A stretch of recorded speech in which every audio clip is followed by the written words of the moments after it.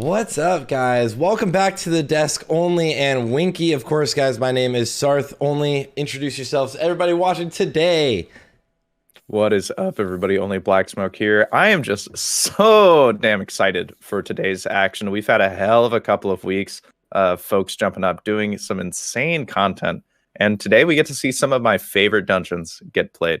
But most of all, I'm just happy to be on the desk with my guy Sarthe and my guy Winky.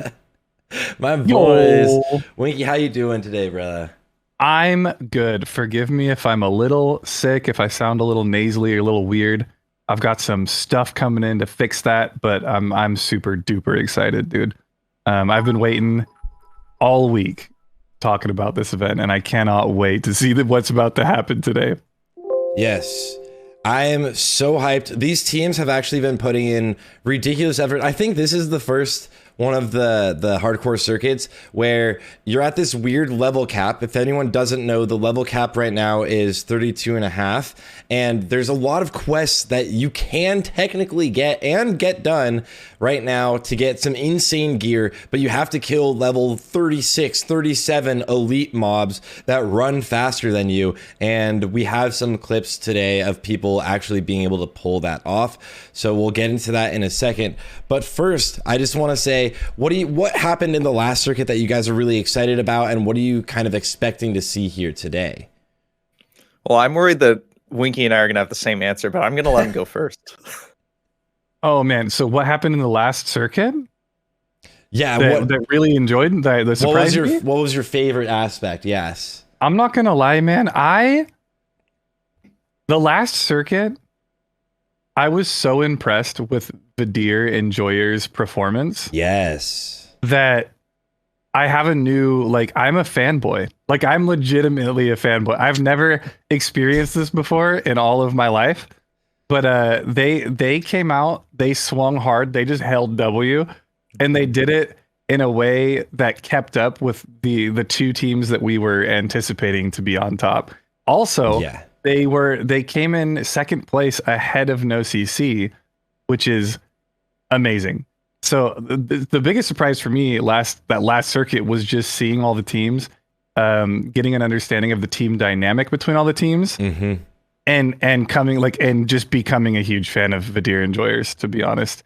I love that. That's literally the exact thing we want here today is everyone becoming a fan of some of these teams. There's rivalries between the teams, and I'm sorry for interrupting you there, by the way. No, you're good. There's rivalries between the teams. There's people on each team that very much are want the other team to fail or want people on the other team to die. And I'm curious, also in the chat, let us know what your favorite aspect or what your favorite thing was of the last actual race of the last circuit. Vidir Enjoyers, crazy team that used literally gifted sub. They used different let me push this through. They used different strategies in every single kind of part of the circuit to use engineering to never have to actually need a tank. They pretty much never needed a tank the entire time, and I think that was really amazing. I think they're planning to do that today only. What was your favorite aspect of the last circuit, and what are you excited for today?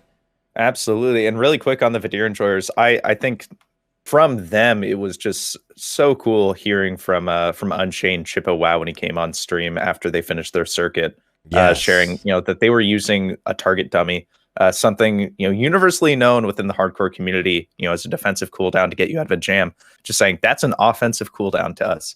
That's a tank every 2 minutes. A really, really fun way to use an item that we haven't seen really before. But yeah, I think, it's hard not to say my favorite part was watching Oppie on Mage, but I'm going to be a bit of a doomer and say I think one of the least expected things that I really enjoyed watching was NoCC's SFK gone wrong. Oh yeah, just because they got themselves into a jam, and it was a big jam. It really shows no matter how competent your players are, no matter how much practice you've done. We had Bobka in the comments saying, come on, guys, you've done this jump, 5-10 times. One little thing goes wrong and you can lose minutes on end.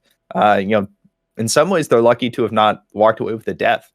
Yeah. So I'm very sure we'll get a similar surprise today. I don't know where, but I'm excited to see it. That SFK, by the way, if you check the Hardcore All Stars website, you can see the leaderboard. That SFK gone wrong dropped them to third. They had second place in the bag, and that one moment in SFK dropped them down to third place, which is honestly what you want to see when out of these races, right? You want to see a close race. Absolutely. Yeah, they were literally, it looked like they were almost ahead too. And they lost like 5 minutes there, just getting stuck trying to do the reset, and then going to do the reset again and it failing again, and then deciding to actually go through and kill everything. So that was absolutely wild. I do have in the background in a second a clip from, or some highlights from See You Next Circus, so that we can play of their actual circuit, where they were able to, they even did dead mines in what was like 9 minutes last week. Yeah, 11 minutes, 26 seconds. So insanely fast, which is wild to think that they used even Mage AoE in Classic at level 22 to be able to AoE pull pretty much everything they could. And big shout out to my main man Winky, also known as Timmy Timerson, in the oh yikes in the RP community, coming through with a big track for this video. Yeah, I know you guys had a lot of fun making it. Ombi messaged me and said, I want Circus Psytrance, which was a challenge. So that's what we tried to do. I remember when Ompi sent this clip or this VOD, and I was like, this song is sick though. And then he literally was like, yep, Winky. And I was like, no way, dude. That's funny. Yeah. 11:22 full clear of dead mines, and then using invis pots to skip into Wailing Caverns and to split up and destroy this.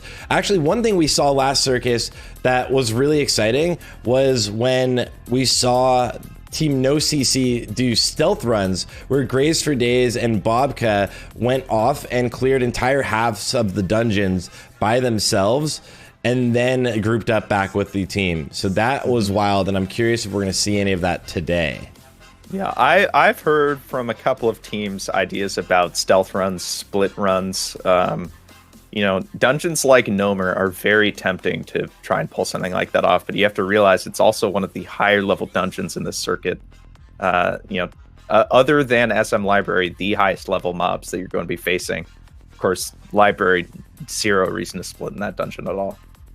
Yeah, as a quick reminder for everyone watching that doesn't know, what are the actual dungeons today in the circuit? Absolutely, yes. So today we've got SM Graveyard and Library. We've got RFK and Nomergon. So definitely some punishing dungeons at level 32 especially. We expect a pretty quick clear through Graveyard, of course. But hey, everybody always thinks Graveyard is a 5-minute dungeon. Everything falls over. We could potentially even see an overpull that leads to a wipe in the first 5 minutes of this competition. Who knows? That's true. It is. Nomergon is one of the ones that's also traditionally scary, because we know that people can over aggro or accidentally aggro different wings of the actual dungeon. That's something that we saw in SFK happen multiple times in the room that we actually just saw in the highlights. But a lot of people over aggroed some of the rooms, right? Like a lot of people it was kind of sketchy, to be honest. And they would pull the entire top half of the room by accidentally jumping or getting too close. I don't know if it's jumping that gets it, but it is definitely intimidating. And I know that in Nomer, you kind of sometimes need to hug the walls, especially on hardcore, if you want to not over aggro and pull everything on the bottom side. Yeah, it's something about those Z-axis aggro tables and interaction with some objects just not counting as or pretending that they don't exist. I don't know what it is either. But hopefully, normally once you're level 30 plus in Nomergan, that's not a huge issue. So I think we'd have to see a pretty big misplay if we're going to see any pull like that. But hey, you never know, and it always makes it more exciting. Yeah. So as a quick overview, I do want to kind of touch if people are listening to this after the live broadcast or anything like that. As an overview, Hardcore All-Stars, you guys, is a one life dungeon leveling circuit. So there was circuit 1. What was it? 2 weeks ago? Yep, every 2 weeks. Yep. Circuit 1 was 2 weeks ago. We are level capping people, having them level their characters without dying, following the majority of the hardcore rule set. And then we are level capping them, having them race through dungeons when there's a $5,000 grand prize at the end. Today is Circuit 2, which consists of SM Graveyard, SM Library, RFK, and Nomer. The max level people are going to be going into this is level 32 and a half, or is it 32 and 5 bars only? It's 32 and a half, 50%. Exactly, Okay, 50% in, yeah. Yeah. So exactly 50%. It's the same all the way up until the last circuit where you can enter instead at 59.75. So last circuit for circuit 1, it was 22 and a half. No CC actually incurred the largest penalties of any team also, just for going over the level cap. They ended up the night before the circuit entirely changing their route. They were going to start with Wailing Caverns. They decided to instead start with Dead Mines. And they ended up going over the level cap on 3 characters just by getting exploration XP on their way to Dead Mines. Just by changing the route last minute. So Winky talks about that SFK blunder costing them second place. A big thing also that they could have controlled just with a little bit more foresight on their leveling planning, was just some XP. Something as little as exploration XP cost them 3 points. Yeah, that has to hurt and has to make them feel like they definitely are planning to not have any of those issues again today. Hopefully they're coming in hot, ready with some crazy plans. I know they are excited about Nomer in particular. I know all of these teams have put in a ridiculous amount of time and a ridiculous amount of preparation, but we did have a few deaths during this leveling experience, very notably Graves. I don't know if you have the clip of Graves, but I do have the clip of Parla at level 21 that died here. Graves has actually died twice, maybe 3 times. So Graves died twice, back to back within 30 hours, both at 28. So he dies at 28, re-levels, gets to 28 without stopping, dies again at 28, goes down for a quick nap, levels up again, level 32 in one session. Well, let's not forget either that Graves for days after the second death built a new computer, forgot to install the add-ons, and had to delete 2 more characters because of that. No way. Very true. Yes, he started leveling without the hardcore add-on, then he started again leveling without autobiographer. Congratulations on his new computer. Oh Fucking my idiot, god. man. Yeah. Parla But my dying, goodness. the Blackrock Outrunners. I know. Honestly, I feel like we've seen multiple people, and Ompi. Ompi had a clip of him, like these mobs just spawned instantly on top of him here. Yeah, I mean these mobs are so tough because of their nets. It's one of those things where way. you really don't want to be taking more than one I got outrunner at a fucking- time. Oh, no. And He got you know, social while aggro. he gets nets, really? social aggro somehow from somebody who overpulled.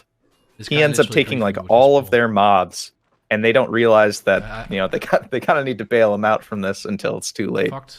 Yeah, let's remember this is on Bloodsail Buccaneers or Hydraxian Waterlords, which is the classic era NA and EU community hardcore servers. Mhm. I don't know if anyone is in chat has been leveling hardcore recently, but if you are in the levels like Fucking idiot, 1 man. to 25 range, it's almost impossible to get quests done. It really is. There's a line for every named mob. There's a line for literal line.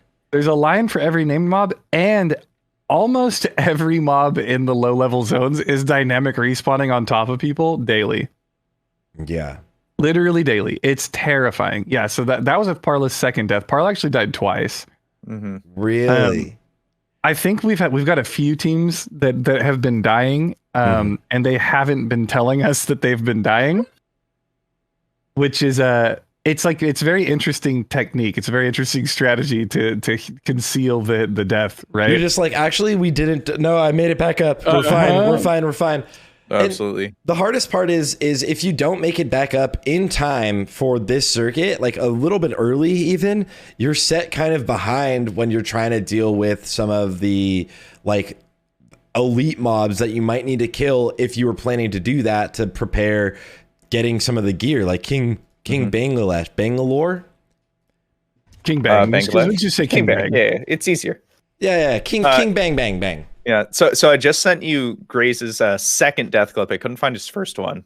I'm gonna keep looking, but yeah, his second death clip after re-leveling to 28, the exact point where he died again. He goes into a cave, very unadvised, trying to farm out an elixir of ogre strength recipe, just to get stronger. Just to get a little stronger. Not even fully necessary. This right now, I have a clip of Zidane killing King Bang. Let me see. Yes, so this is actually a strat people use to kill King Bang a lot in hardcore solo. They do the old it's like a fence strat, but on that big like brick structure that's along the road. It can, however, get very easily glitched, and then King Bang goes back to full health, and then if you get King Bang back to 50% again, you get another set of ads that come out. Oh my god. I dealt with it. I tried to do this for like 3 hours once on a rogue, and I finally got it, but it was terrible. But Zidane is a very, very highly skilled hunter. Big parser in Wrath at the very least. His team, I think, it is in 4th place right now. On Team Slow, super lethal, outstanding warriors. Slow, but yeah, just pretty flawless execution of this quest and this mob. I mean, people think hunters are OP. You got to realize that when you're level 32 and when King Bang comes out with ads at 50%, it looks easy when you see this kite method. But it's about playing perfectly the whole way through. One slip up, one little mismanagement of your pet, of your threat, one misjump could spell death. And why would Zidane even want to kill King Bang?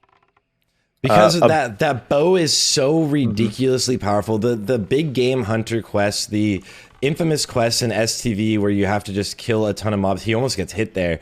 Where you have to kill a ton of mobs is such a ridiculous power scaling for hunters especially, and it's something that you can get done at these lower levels. But when you're normally leveling, when you're normally playing in Classic, you generally, other than if you're doing something like this, wouldn't do this quest until like level 40 almost, 38, the last ones. Yes, that's the key point. Exactly. This is one of those wonderful interactions of Classic WoW where you can get a quest at an absurdly low level, and then if you do it, you get a huge power spike for the next 10, 15 levels, which is amazing. Yeah, because you got to realize this is a skull level mob. It's not just a red mob; it's a skull level mob. He's fighting a raid boss right now. Having his pet do maybe 1 damage at a time. His pet's just parry, exactly. parry, 6 parry. Luckily, hunters are one of the like unique classes where their ranged attacks actually can hit mobs higher level than them. Whereas if you were a melee that doesn't have a thrown attack, obviously, you pretty much can't hit anything that's too high level. It'll parry, dodge, block, everything. Exactly. Yeah, but we had, I think, maybe 5 hunters be able to pull this off. Peter's in the chat, one of the others from CNX Circus. This isn't something that most hunters even attempted. Cargos opted to not go for it. He's just saying, I'm just going to fish, try and find a gun through that. He really didn't want to take the chance. Pretty low desire for risk on that front. Yeah, the fishing meta is wild, by the way. The amount of fishing that these teams are putting in to get those crates to open it, it's almost like they should be streaming it over on another website, and it's just gambling straight up. Like all they're doing is opening these crates to see if they're getting their BOE greens, right? There's definitely money to make. That's a great point. Yeah. So, but it's been pretty incredible, and we're only going to see the fishing meta for this circuit and the next circuit, and then things start getting crazy because fishing falls off after circuit 3.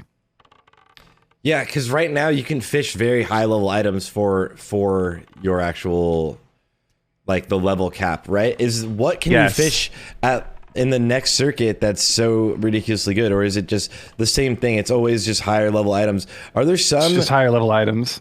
recipes or anything you can get from fishing that are just going to be better than anything you could find, or a higher chance of you finding it that way than finding open world? I'm not sure about recipes, but in a hardcore solo self-found challenge, you do have to fish for certain things for like goblin rocket boots, right? If you want to craft yourself some rocket boots with high enough engineering, you have to fish for the I can't remember what it's the fuel. I can't remember what it is, the name of it, but it's the only way to get it. You have to fish in Tenaris and get a crate, because otherwise you can't. There's no trading amongst these teams, ever. Goblin rocket fuel, yes. So to get the rocket fuel, you have to fish in Tenaris. There's a lot of things like that you'll have to fish for and get really lucky on RNG. But aside from that, after next circuit, the level of greens are not as good as your quest reward greens, because fishing stops. I think it stops at 40. Really? Somewhere around 40, you stop getting BOE greens at level. So it'll be exciting to see in the later circuits, right? People are going to have to go for the elite quests. They're going to have to go to kill level 55, 60 mobs to get the best gear for them. It's going to be very dangerous between circuits.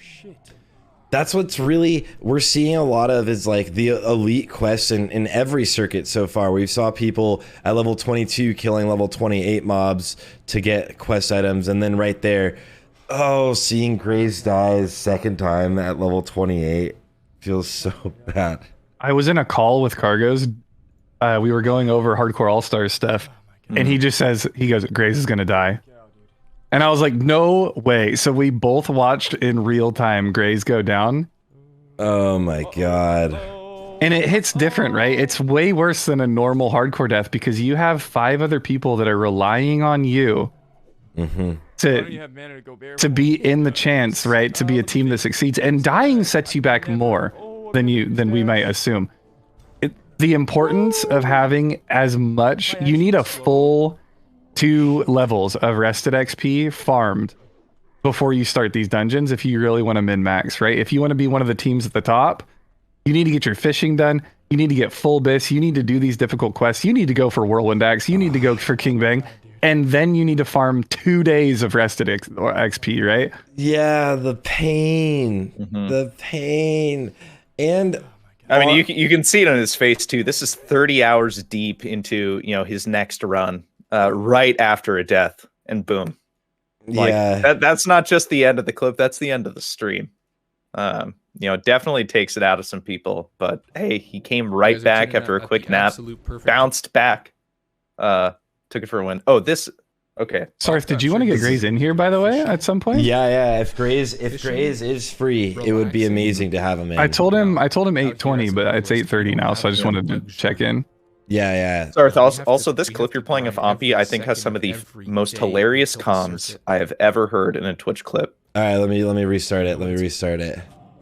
You guys are tuning in at the absolute perfect time. We're out here in Searing Gorge. This is basically like Bobka. I'm sure he was. What was he doing? Fishing. This is right after he gets a raid from Bobka. No. Decides to throw a little shade. We don't have the luxury. No, we have to grind every Is he second herbing? of every day until the circuit. He has spent like 5 hours in Searing Gorge threading Eventually, skull level I will mobs, be like able level to know this 45 mob, mobs, and we trying to will get be Fire able to Bloom pick to make this Oil of Fire Immolation. Bloom. My God. What did I say? And it's his maybe 4th, 5th attempt trying to Nova this +3 Magna Fire Elemental. Bloom in Finally the gets bank. it. Gets Welcome the to little the stream, my respawn of friends. Fire Bloom, walks away like nothing is the matter. Oh my You guys are tuning God. Ompi just Absolute flexing the perfect main. time. Ompi, are we talking about Ompi's Fire Bloom farm? Yeah. Oh my God. Oh my God. Welcome, brother. How you doing, Hey, Grace? thank you, man. I'm doing really well. It's Saturday morning, and I feel like I'm 10 years old again, watching cartoons, getting the game on the weekend. It's exciting. I love that. Dude, you had... Okay, obviously we have to talk about it. You had one of the most heartbreaking times between the last circuit and this circuit. 2 deaths at level 28. How do you recover from that? We're just gonna jump right into it. You know, collectively as a team, I don't think I did as bad as some other teams. We had a couple teams that lost over 50% of their team members. But no, man, I've spent this entire circuit leveling, and I'll be honest, if I didn't do this full time, I may not have made it for my team. There's been a lot of teams that dropped out because, or have 4 people today because they just died in between circuits. How did we recover though? Oh, I actually ended up doing like, okay, if you guys don't know the story, I died. We did an impromptu like 30-hour stream, got back to 28, and then I started the stream the next day and died like 2 hours in. And then another impromptu. And then Because you made and then it I back. took the weekend off, and then we did the subathon on Monday to rally. So yeah, I've spent this entire circuit leveling, and in all honesty, I wish I could have farmed and prepped a little bit more. The leveling's fun, but I definitely don't feel as confident or prepared for this circuit just because I spent the whole time leveling. Yeah, I think that's fair. But like, it's crazy to see that you're able to do this 3 times, and some people have lost a character, and like this is one of the earlier circuits, so you're able to make it back. But sometimes it's hard to mentally rally yourself. You're an experienced hardcore veteran. You've had character deaths before. Yeah, I'm gonna be honest, bro. After this circuit, if you die, you might just tap out. Yeah. Recovering from a death in these future circuits is going to be really tough. I don't know if you guys have talked about that, but We I haven't don't know yet. in the future if they can recover. I mean, we have 3 weeks between Circuit 2 and Circuit 3, right? So that kind of gives people a little bit of leeway. Maximum level for Circuit 3 is what, 42? 43, I believe. 43. It's going to be hard to get back to 43 if you die in the 2nd week or the 3rd week, right? I don't think you can, to be honest. Oh, Grace, I just have you up. oh no, I by have the you way- up. Inception. By the way, massive update. Massive update to the website. If you go to hardcoreallstars.com, you can click on the event tab. It now works like Netflix, guys. You can click on any of the teams. You can see which streams are there for that team. If you go to the event page, you can use it at the bottom. You can scroll through the different teams. You can see who's live on which team. And if you're interested in checking in on that team's progress today, you can just click on it and it will bring up whoever's live. It'll instantly transition to their stream. So you get a live feed of the event today from whatever team you want. Shout outs to Seduction on the and HC Broski on the web dev team. They just did this right Grimaldi now. as well. Grimaldi, yeah, they literally just did this right now. They have been That's- working daily getting ready to push out this update. So welcome to HCAS Flicks. Hope you're having a time and a half with it. Yeah, it's actually an amazing feature. It's going to make the viewing process, if you want to find your favorite team and check in on them and see how they're doing throughout the day, don't be afraid to go pop into their chat, either on Twitch, say what's up, say hi, say that you're rooting for them. I can spam a link, actually. Yeah. That is very clutch to now be live and working. Very excited. All of the teams here next to each other. Graves, what do you think is going to be the scariest thing for you guys? And like, what is the scariest dungeon? What are you excited to show as well? Sure. I think library might be scarier than Nomergan just because it's a little bit higher level. And people might try and pull a little bit more than they can handle. So I think library might be the most difficult. Nomergan, obviously. I think for some teams, I don't know if people are gonna like try and cleave things down. Team No CC, we just pull 3 or 4 packs at a time. We don't do much AoE, but we're actually doing some stealth missions. We have Druid Rogue in our comp, and we're doing 2 stealth missions in the circuit, and I'm actually worried about them. We did one back in Wailing Caverns, and I wasn't concerned about that stealth mission at all. That was epic. Yeah. It was pretty, yeah. So we're doing one. I mean, it's 20 minutes. You'll see here in a second. We're doing one in Graveyard, and we're doing one in Nomer. And I'm worried about the one in Nomer with Bolka. So Yeah, I was going to say there's a rumor on the street as chatter amongst all the teams is that if you don't have a stealth comp today, this is not the circuit that you're going to be placing well in. really, Yeah, but I'm also hearing stealth comps being used in Nomer is going to be the most dangerous thing we'll see all day. Yeah, but Nomer was Really? born and bred to be stealth comp split. Mhm. So that you're gonna see teams splitting up. I don't think you're the only team that's doing it today, Grays. I think there's gonna be a Really? few teams making the split and going into Nomer, trying to figure it out. Mhm. And I think Nomer's probably last on everyone's dungeon list, if in dungeon order, just due to the level of it. I'm not sure.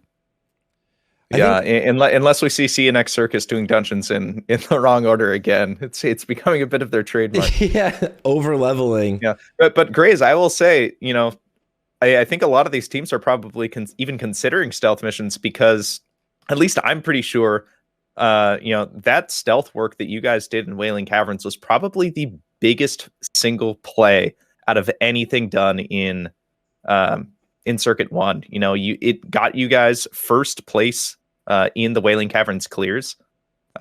So absolutely insane performance there.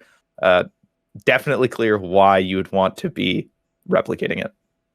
Yeah, I don't know coming into the competition how much people consider doing that either. Like we just put our team together with our mains, and just kind of built a strategy around that.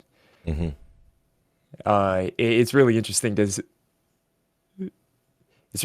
see the potential of what these comps could do. All I got to say is too, this is the second circuit out of 5. I'm most excited about the next 3. The future circuits, the future circuits are going to be unreal, bro. Like my Druid is barely coming online. It's much better at 32. I got Ferocious Bite, Ravage. So I mean, I can actually play my class now. But level 42 or 43 is our next circuit. Professions and just the abilities that each class is going to bring to the table. The next 3 circuits are going to be unreal, man. So I'm most excited really to like prepare for this upcoming one. But I guess we got to get the job done today. You just have to. Now the next thing is to make everybody to make it to the next circuit and have no issues. Yeah, I'm. If there's anything that I learned, man, is just I'm glad that I did all the deaths this circuit. I can't afford to die in the future circuits, and I think the other teams probably feel the same way. Yeah, the fear. Mm-hmm. Yeah, I mean, I think I was talking to Cargos and Winky the other day. We had a lot of people doing some insane strats to get geared up for Circuit 1. Deaths weren't really a big deal. You're just getting back up to 22. I think we were seeing a lot of that tolerance for high risk at 32, but people realizing like, wait, I just died at 32 after putting in over 100 hours on a character. I can't do this again. We've seen a fair number of teams, I think 4 or 5 teams just drop out completely after these deaths. A couple teams coming in today 4 manning, which is definitely going to make for some interesting dungeon and clear strategies and times. But I think that I've been saying that I think despite having a lot of deaths leading up to this, dropping down from 44 registered teams to I'm pretty sure it's going to be like 25, 28 teams playing today. I'm pretty sure we're going to see a lot less deaths moving forward because players who survived Circuit 2 are going to realize just how high the stakes are now. Yeah. So the biggest bottleneck in Circuit 2, or like the hardest quest to obtain, I think were Warriors with Whirlwind Axe. I was just going to mention that. I'm glad you brought it up. We have Hunters. 3, by the way, Whirlwind Axes at a minimum. I don't know about some of the other teams, but I can confirm that there are 3 Whirlwind Axes today. Well, I can confirm that one of those 3 Whirlwind Axes isn't even playing because 2 teammates on somebody's team who got a Whirlwind Axe died and weren't going again. Oh my No gosh. way. That's brutal. Isn't that sad? That's painful. To farm And this is not even Whirlwind fair. Axe. Not only to farm it, to farm it by yourself at level 32. I'm pretty sure Tactics is like the first in the world to, because no one ever solos it. Solo self-found, no auction house, no grouping, no nothing. Like getting Whirlwind Axe at 32 is unreal. Even the pre-quest killing the trolls in STV, like the effort that they went to get that Whirlwind Axe was crazy. Well, I mean, like Tactics himself will tell you, the impressive part isn't killing the final elite mob. To get your Whirlwind Axe, that's just a matter of thrown weapon kiting across the little river, using the evade kite strat as if it was a fence. The impressive part is when you're in a Arathi base or Arathi Highlands, needing to, kite out a bunch of elementals, that are 37 through 39, all red mobs. They've got ranged abilities, they're doing a ton of damage to you, and you just have to figure out some way of kiting them, some way of, getting an NG companion, an evade spot, or an LOS spot. Some really, really interesting tactics used to be able to accomplish that quest line. Yeah, and I mean, I don't know if it matters if we leak the strat now. It's not like anyone's going to go do it before they have to race today. Definitely not. The engineering pets are how this was accomplished. They were kiting it and using the Harvest Reaper pet. What's the actual name of it? Compact Harvest Reaper? Compact Yeah. Harvest Reaper. So you get into melee range, you get the Reaper onto the elemental, and then you start kiting, and you just let the Harvest Reaper do the work for you. And you can see Tactics is even using a fishing pole to hit with auto attacks, and then when he's got high enough rage, he swaps over to his weapon and he uses Slam, which always hits or always uses the maximum weapon skill, regardless of what your weapon skill actually is when it tries to hit. So you'll see him kill some of these Thundering Exiles, ending with like a 200, 300 slam coming out of nowhere to finish this guy off.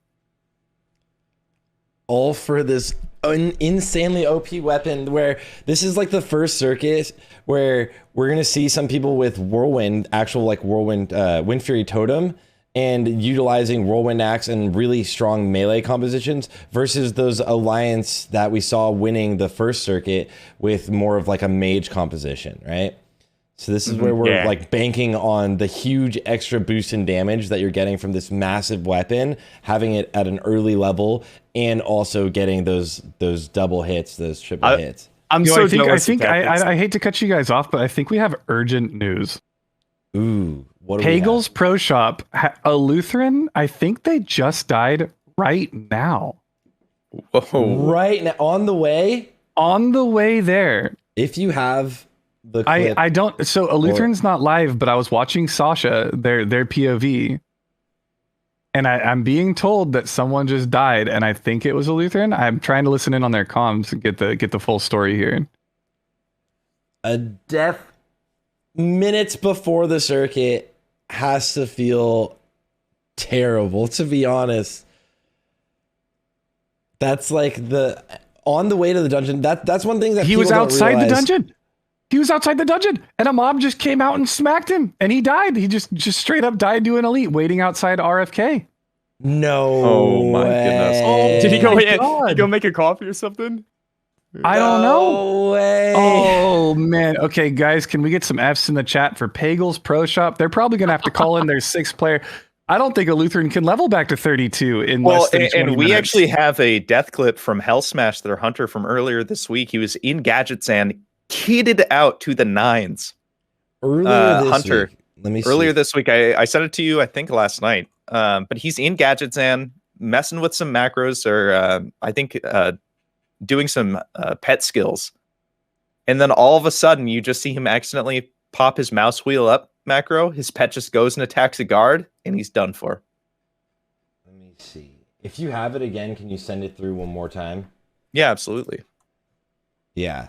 The deaths are terrifying for sure, and especially having a death on the way to the dungeon. That's the exact same thing that happened to Jerome, right? Was on your way to the dungeon dying so that it's over. You've done all of the preparation, 2 weeks of like kind of tireless work for some of these people that are just spending insane amounts of time, obviously fishing, obviously getting Whirlwind Axe, making sure you don't die to these insane quests, and then just being outside ready to start waiting, and there you go, you're gone.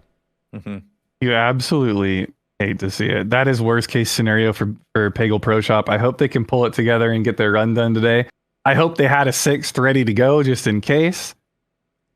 Yeah, if people I think know, a Lutheran was their warrior, by the way, so there's a good chance they're going to do this dungeon today without a tank, or someone's going to be last minute, in the last 15 minutes here, they're going to go probably respec to some kind of hybrid tank. I don't know what they're going to do. Yeah, it'll be interesting to follow them. So I just sent you the Hell Smash clip. What? And fair warning, he made a bit of a fanfare out of it in a YouTube video. okay. I know we get sweaty with these events, and I'm just excited to play today. I think it's gonna be fun. Yeah, man. Hopefully we stay alive and do a good time. Yeah. My comms. Well, absolutely. Good luck, Grays. I'm Yeah, thank so you, Grays, for excited. popping Thank on. you so much for coming on. Mm-hmm. Yeah, good luck with Yeah, everything. and we are just over 15 minutes out from starting Circuit 2. But yeah, I'm very excited. Let's take a look at the death clip. Death clip in Tanaris. Level 32 and 35%. Yeah, he's just training pet abilities. Just hanging out. Oh my god, what a great song. For anyone watching, is there any lag, by the way, with the audio?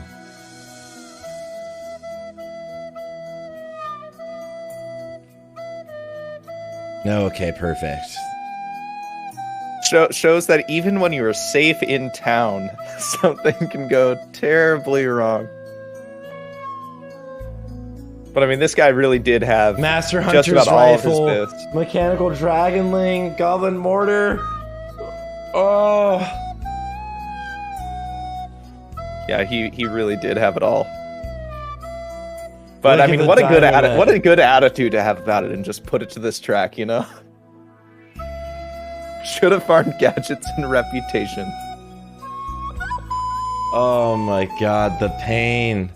Mm-hmm. The pain, the song. Why are we playing in black and white?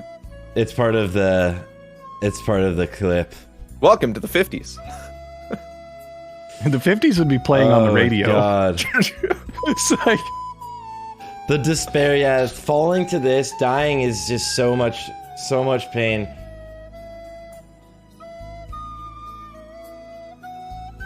Oh.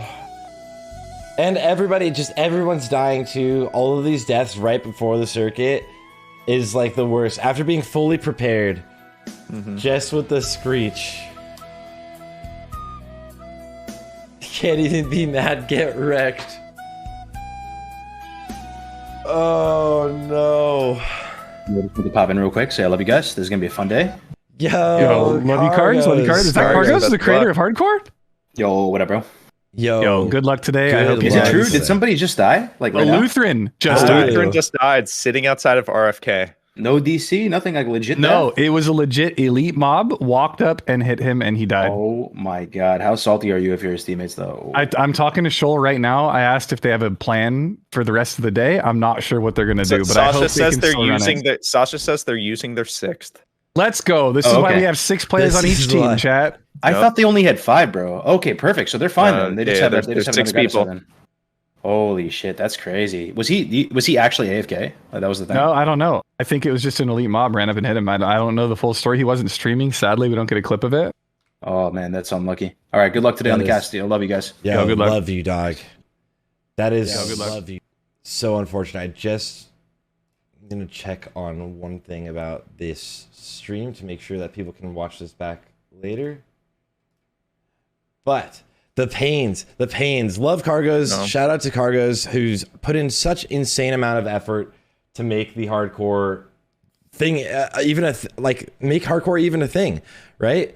Making this entire community driven event, but like not even just the hardcore all-stars, but everything with hardcore, the hardcore add-on, and just kind of coming up with this. Really inspired kind of by the Diablo and everything like that. The hardcore community has grown so massively. Mm-hmm. Well, yeah, I mean, Cargos was just commenting like 3 months ago. The hardcore Discord was at, I think, 18,000. It's now sitting at over 40K. 40K In 3 months, it's more than doubled. It's gotten over 20,000 new users taking a look at hardcore. I'm not gonna lie right now, only. I'm pulling through the streams right now. I'm staring at Diamond Dax, the hardcore warrior of the team Snakes, Yep. on a body type 2 gnome warrior with a whirlwind axe on their back, bro. I have never enjoyed watching Whirlwind Axe or just any VOD review. I've never enjoyed watching VOD review more than Dax's process of getting Whirlwind Axe on the little gnome needing to kite mobs into insane places to be able to do them, using a fence at the little farm. I think the Northfold farm in Arathi, North Arathi, to do the cresting exiles, the water ones, and actually farming like 3 times as many as they needed just so that they could manage doing the fire elementals because they didn't have a place to kite those. going and pulling the Thundering Exiles, the air elementals, down into the Arathi spot with the guards, and actually using like the cave that you used to enter Arathi Basin to LOS a lot of the casts. It was some insane play. This guy had all of that gear, absolutely deserved. Very excited to see how they use it today. Yeah, absolutely. Also, I see Parla just jumped into the chat. I'm not sure. It looks like he's muted. Yeah, so all of the captains are able to jump into our chat. We about 5 minutes before, or well, yeah, I've asked them to join about 5 minutes before, or at least before the event, so that we can let them know the countdown here. But here, I'm gonna let Parla speak a little bit. I wanna do a little impromptu. Yeah. It's not every day you get Parla in a Discord call. I know, that's what I'm saying. See what strategies we might be seeing from them today, and see you next circus, and if they're confident enough to take this again like they did last time. Parla, are you able to talk now? Like he's muted still. Oh, I need to leave and rejoin. Maybe he's got us muted. He's like, I actually don't want. I'm busy. Okay, he's running to the dungeon. He's trying to stay safe on his way there. He like. People are dying outside of RFK and falling left and right. We're gonna get it ready. Yeah, he's gonna probably need to leave and rejoin. Yeah, we've got Parla over here. If you're a fan of Parla, or if you've been in Parla's chat ever in your life, go in there and redeem a ya one time, just one time for the one time. Yeah, I'm gonna post it here, guys. Massive shout out to Parla, team captain of See You Next Circus. Parla, welcome. Thanks. Are you guys ready? Are you ready is a real question. Have you seen my gear? Do I look ready? I haven't seen your gear yet. Do you want to pop your character screen open? We're looking at your stream right now. And this is coming off of not one, but two pretty tragic deaths. Yeah, that's on there. Well, I gotta say, I have loved seeing you go for the dagger builds. Can you explain to the people watching why Whirlwind Whirlwind Axe is not BIS, and why you elect for daggers? Okay, Whirlwind Axe is BIS, but when you have a mage on team, you need to prioritize like threat a lot. So that's why I go for the dual wield to build more threat.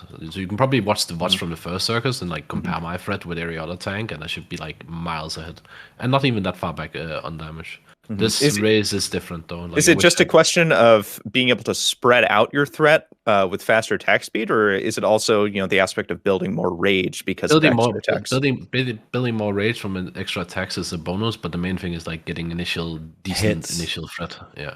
I see quite a bit of potions in your bag too. This is like what I managed to get like the last few days. Like I think 31 like yesterday, right? Like Jesus Christ. Yeah, this is like all my time until Sunday. Like since Sunday, I've been able to get this. I thought it was like in an hour, so I would have had more faps, but I'm like down to I only have 2 faps. I haven't been able to fish and stuff, but that's like don't die. It's yeah. Again, don't die. You'll have to restart and lose everything.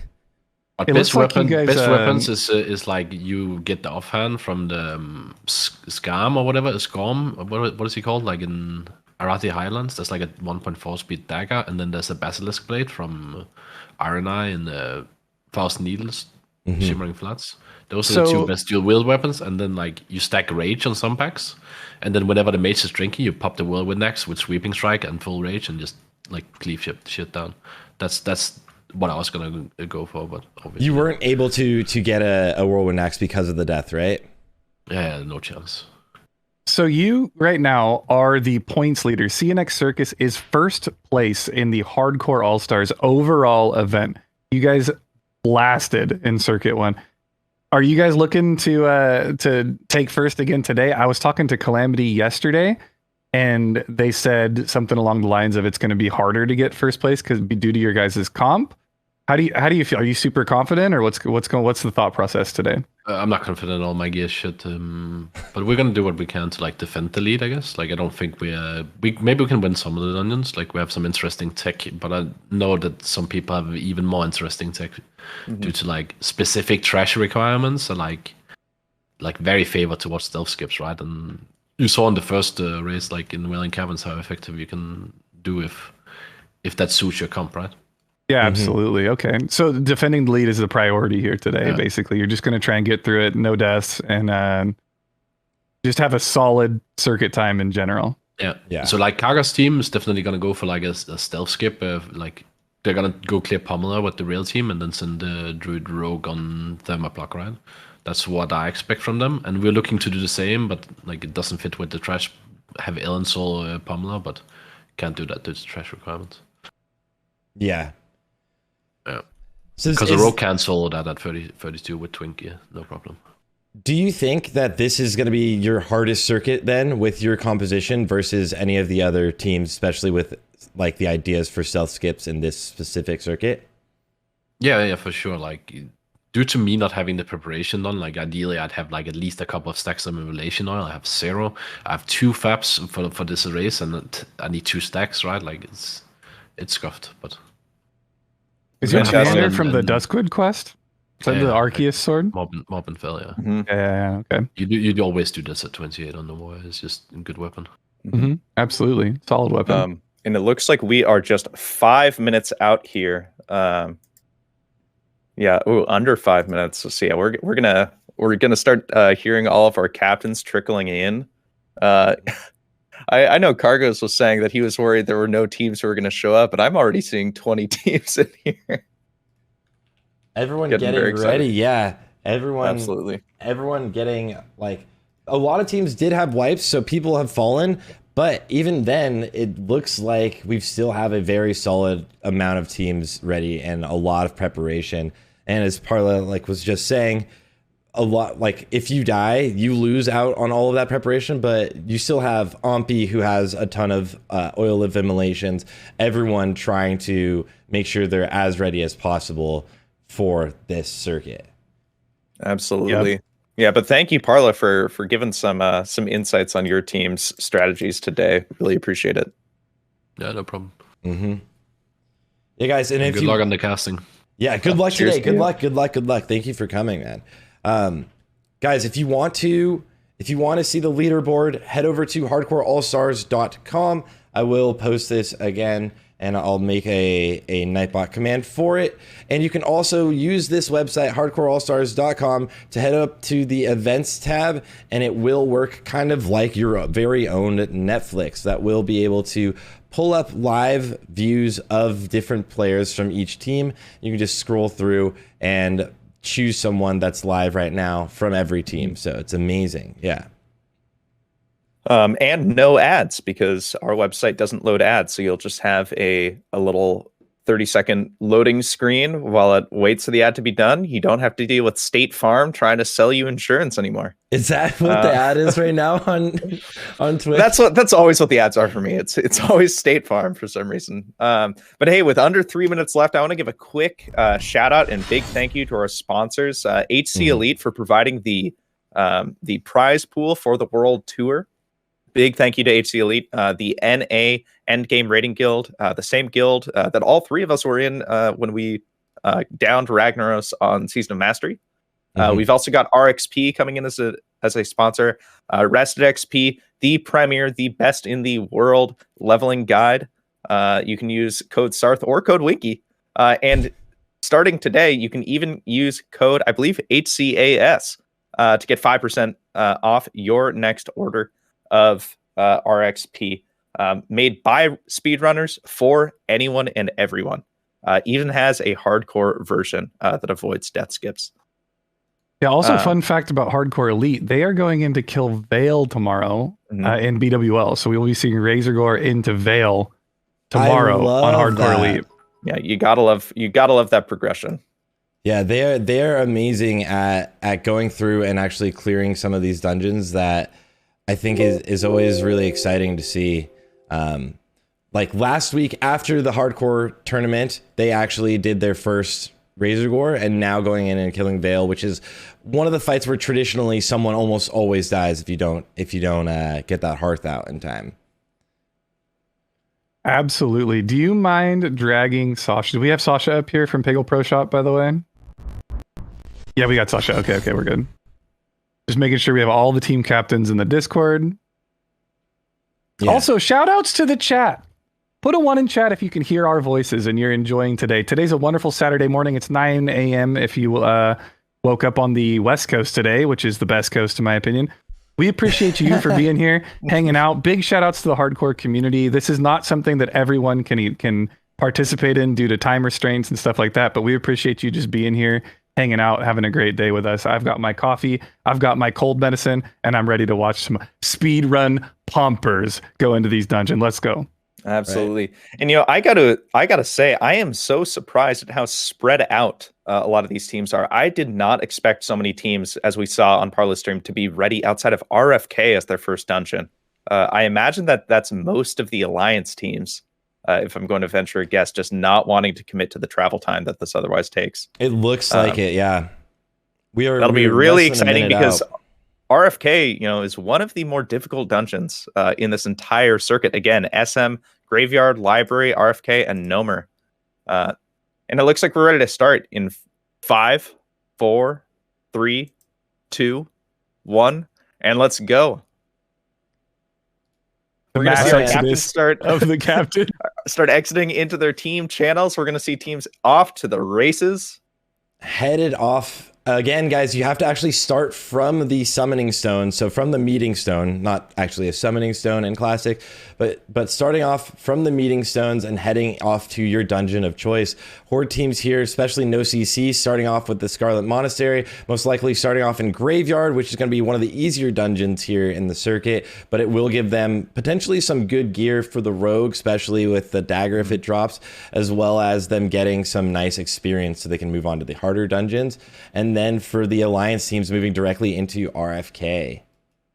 Yeah, it's interesting the dynamic of where you end up starting based on your faction. It's routing for each individual faction is very, very different. This is the timer on the weak aura, by the way. The addition of the timer is amazing, by the way, for the Hardcore All-Stars weak aura. Yeah, big shout out to Maui in the HCS Discord for building this weak aura for us. Yes. Came in absolutely clutch, and they're even working on synchronization between players for next circuit, so that unlike details, for example, where you kind of lose data on on teammates that are too far away, our add-on or our weak aura will eventually be able to capture all that data regardless of where you are, which is just a fantastic evolution. So you guys know I'm going to be locked onto Vidir Enjoyers during this run today. I am watching them. They are already 3 pulls ahead of See You Next Circus. Yep. I mean, they are flying. Oh my god! Vidir Enjoyers might as well be called Press W. They are just not stopping. I'm not going to lie. I think they win today. My prediction is that Vidir Enjoyers takes the entire win today. The entire dub is this team with no tank, just running in, dropping target dummies, and exploding enemies. There it is. You can see it right now. Just dynamite and target dummy every pull, and always running forward. AoE with the healer, even like the priest using the Holy Nova, which builds no threat and no aggro, so it's not intimidating. And just taking a ton of damage for a second, but only eating a little bit of damage early. And it looks like their rogue is going to be potentially trying to do a little bit of cheekiness. Oh, not actually. And if you go over to Zidane's channel, you actually see them just maybe 5 seconds behind this team. So we've actually got slow, super lethal, outstanding warriors pretty much neck and neck with Vidir Enjoyers today. Really pumping hard. Took 4th place on Circuit 1. I think they're looking to take 1st on Circuit 2 here. Yeah, they are actually right next to each other. Mm-hmm. A lot of these teams are right in the same spot here, to be honest. I'm pulling up a bunch of different teams. They're all just right about the same pull. Yeah, it looks like Dax from Snakes, they're just about on the same pull. Looks like a lot of these teams are set up pretty darn well going into this.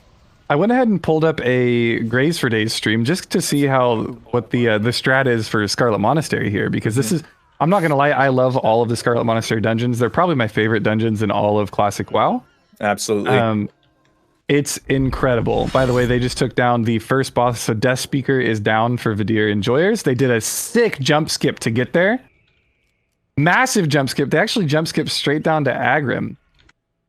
which is fantastic. Yeah, in this dungeon, because of how spawns are shared, these teams just need to worry about killing 62 different quill boars. Doesn't matter what kind of quill boar it is.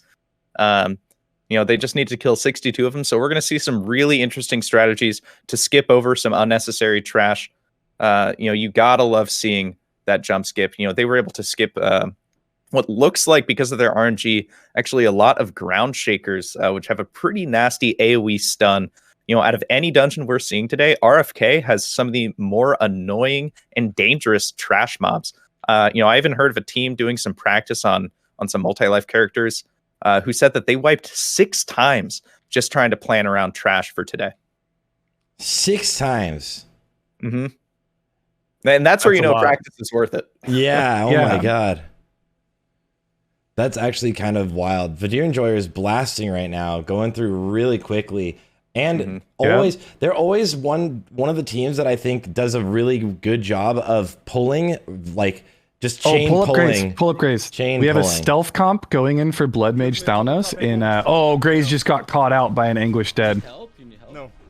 So they were going for the stealth comp. They were going to 2-man Blood Mage Thalnos. Mm-hmm. Looks like they're still going to end up going for it.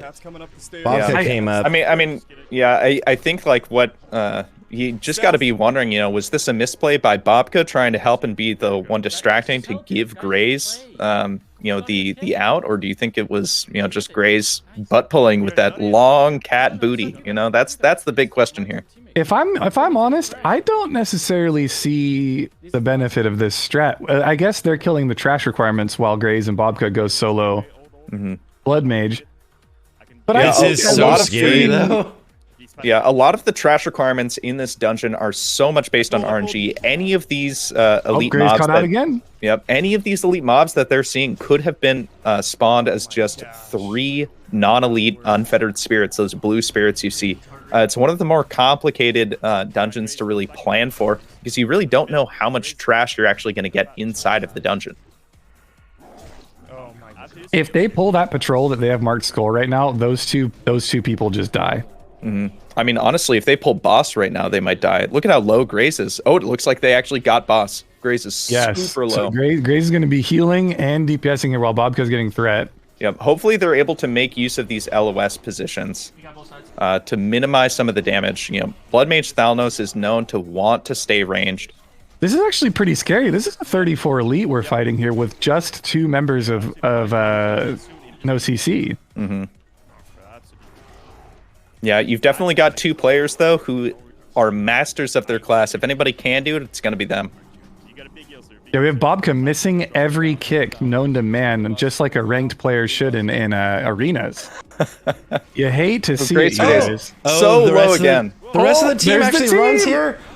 Okay, so they're going to Did they call for the audible? Did they call for the audible and say, I think they might have decided to bail him out. Yeah, so they're going to go for the big play. It looks like they just decided to pull some mobs. It doesn't look too bad, but yeah, they're going to be able to get Blood Mage Thalnos down pretty easily. They're going to be focusing on the elites first, mopping up the rest of these. They have actually got Lesmos in here. They benched their mage the entirety of Circuit 1, but they decided, look, Scarlet Monastery, how can you not have a mage? These dungeons are built for a mage to perform. I wasn't, and you can see Grace's heart rate finally going down, peaked at 131, heading back down. Lesmos must be on top of the world right now with that offhand drop. Oh my God, that is such a good drop for him. That is a happy mage right there. Now all he needs is the Hypnotic Blade from Library, and we are chunking along. Absolutely. The Deer Enjoyer is not getting a Corpse Maker from their kill in RFK. A little bit Maker, by the way. Oh, but it looks like they do have the Deer Enjoyers does have Whirlwind Axe, right? But it looks like Circus is actually taking the lead in RFK. Oh, let me go. Circus, over. See you next Circus. They're all the way ahead. Yeah, moving. Really it looks like they're 4 trash packs ahead if you include all the patrols of double champions. I mean, that is an insane lead to pull. So right now it's very difficult to tell which teams are winning due to the split starts, right? And put an actual placement on it. Mm-hmm. We will see very soon, once the first and second dungeon are cleared, which teams are onto the third, which teams are onto the fourth, the earliest. That's how we're really going to get a solidified leaderboard today. Absolutely. Oh my gosh. And I'm looking at Dax's stream even, and he's just deciding, hey, I'm just going to pull 4 or 5 mobs at a time. I don't care. I'll tank it all. That little BT2 gnome with the Whirlwind axe. You got to love to see it coming out of Snakes. Already in the bat room, they might be in the lead. Vidir Enjoyers is pulling out what looks like I think Unchained just did a Invis pot skip just to get a bigger pull for them to AoE down. Mm-hmm. Well, I think it's actually the cloak. Oh, the cloaking. Because all of them are engineered. Yeah, they've got the gnomish cloaking device, and they're using that to, it looks like, catch up to Snakes, who would otherwise be in the lead, who are just massive AoE pulling so many mobs at a time. Oh my god, this is a huge pull for Vidir. This is a massive pull for Vidir. They have not stopped holding W for. Wait. They're resetting. They're resetting. They've got 15. They've got 59 of the needed boars already done. Waiting for the Hunter Pet to die. Hunter Pet. This is a massive skip today. I mean, but hey, if you're going to lose anything, I think the Hunter Pet is an okay sacrifice. That's probably part of the plan. They've got all of their engineering cooldowns getting back up. Oh, what a massive skip. Holy. It looks like they had one small mess up with that single champion that they're going to keep waiting for. Yeah, you can kind of see it on Chippa Wow's face, the little shake of the head. Not too happy to see that champion still up. Nice little lay down, nice little chill. They're laying down for the line of sight, believe it or not, which is an incredible thing. Yep. Oh, they almost got it. Yeah, but meanwhile, you see actually that ended up costing them a little bit of time having that extra mob. You've got CNX Circus already going into the next boss. And you've got Dax with Snakes already pulling him as well, with some trash, I might add. This is so great thought on that skip, but that mistake, having that extra champion still pulled, I'm not sure why they're still waiting on it. I would just go say we're losing too much time, and there you have it.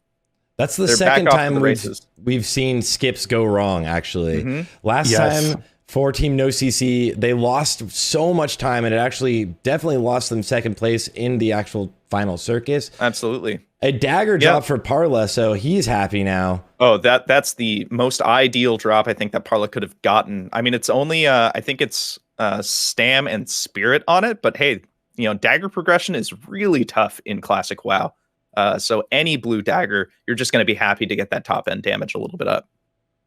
Yeah, so it's interesting today where the idea of the leaderboard is it's a points accrued system between every circuit, right? If you are CNX Circus and you got first place in Circuit 1, which is what happened, they are the points leader. They technically don't really need first place today to stay in the running. Also, in the future circuits, we saw a huge fall off between the circuits leading up to now and today's circuit. If these teams literally just finish today and get their points, they have a solid chance of competing in the future circuits. By the way, we're seeing CNX Circus with a great Invis pot skip. All the way to the last That was boss. Fantastically played. They waited for their rogue to get ahead too, so that they knew that the rogue wouldn't get any aggro on anything, because it's actually sketchier as a rogue than using an Invis pot. Yes, and we're getting a 12-minute RFK out of CNX Circus right now. That is incredible. And front-loading that trash, choosing to Invis pot at the end, actually brought them ahead of Snakes, who's still clearing these final trash packs. Yeah, that was a great call. Well done to them. And a shield there for them. 12:04 RFK. Definitely taking first place on RFK, at least for these teams who chose to go through it first. Again, teams like No CC, we're actually going to see them come into RFK at a slightly higher level, possibly. So I'm excited to see what those kinds of teams are able to do. Yeah, I'm watching No CC right now. They are fighting Houndmaster Loki of Scarlet Monastery Library. Library is actually terrifying. If you do these big pulls, those monks pump and they heal each other. It is insane the amount of healing that those monks can do. So it'll be interesting seeing how teams tackle that hallway with all of the Scarlet monks inside it.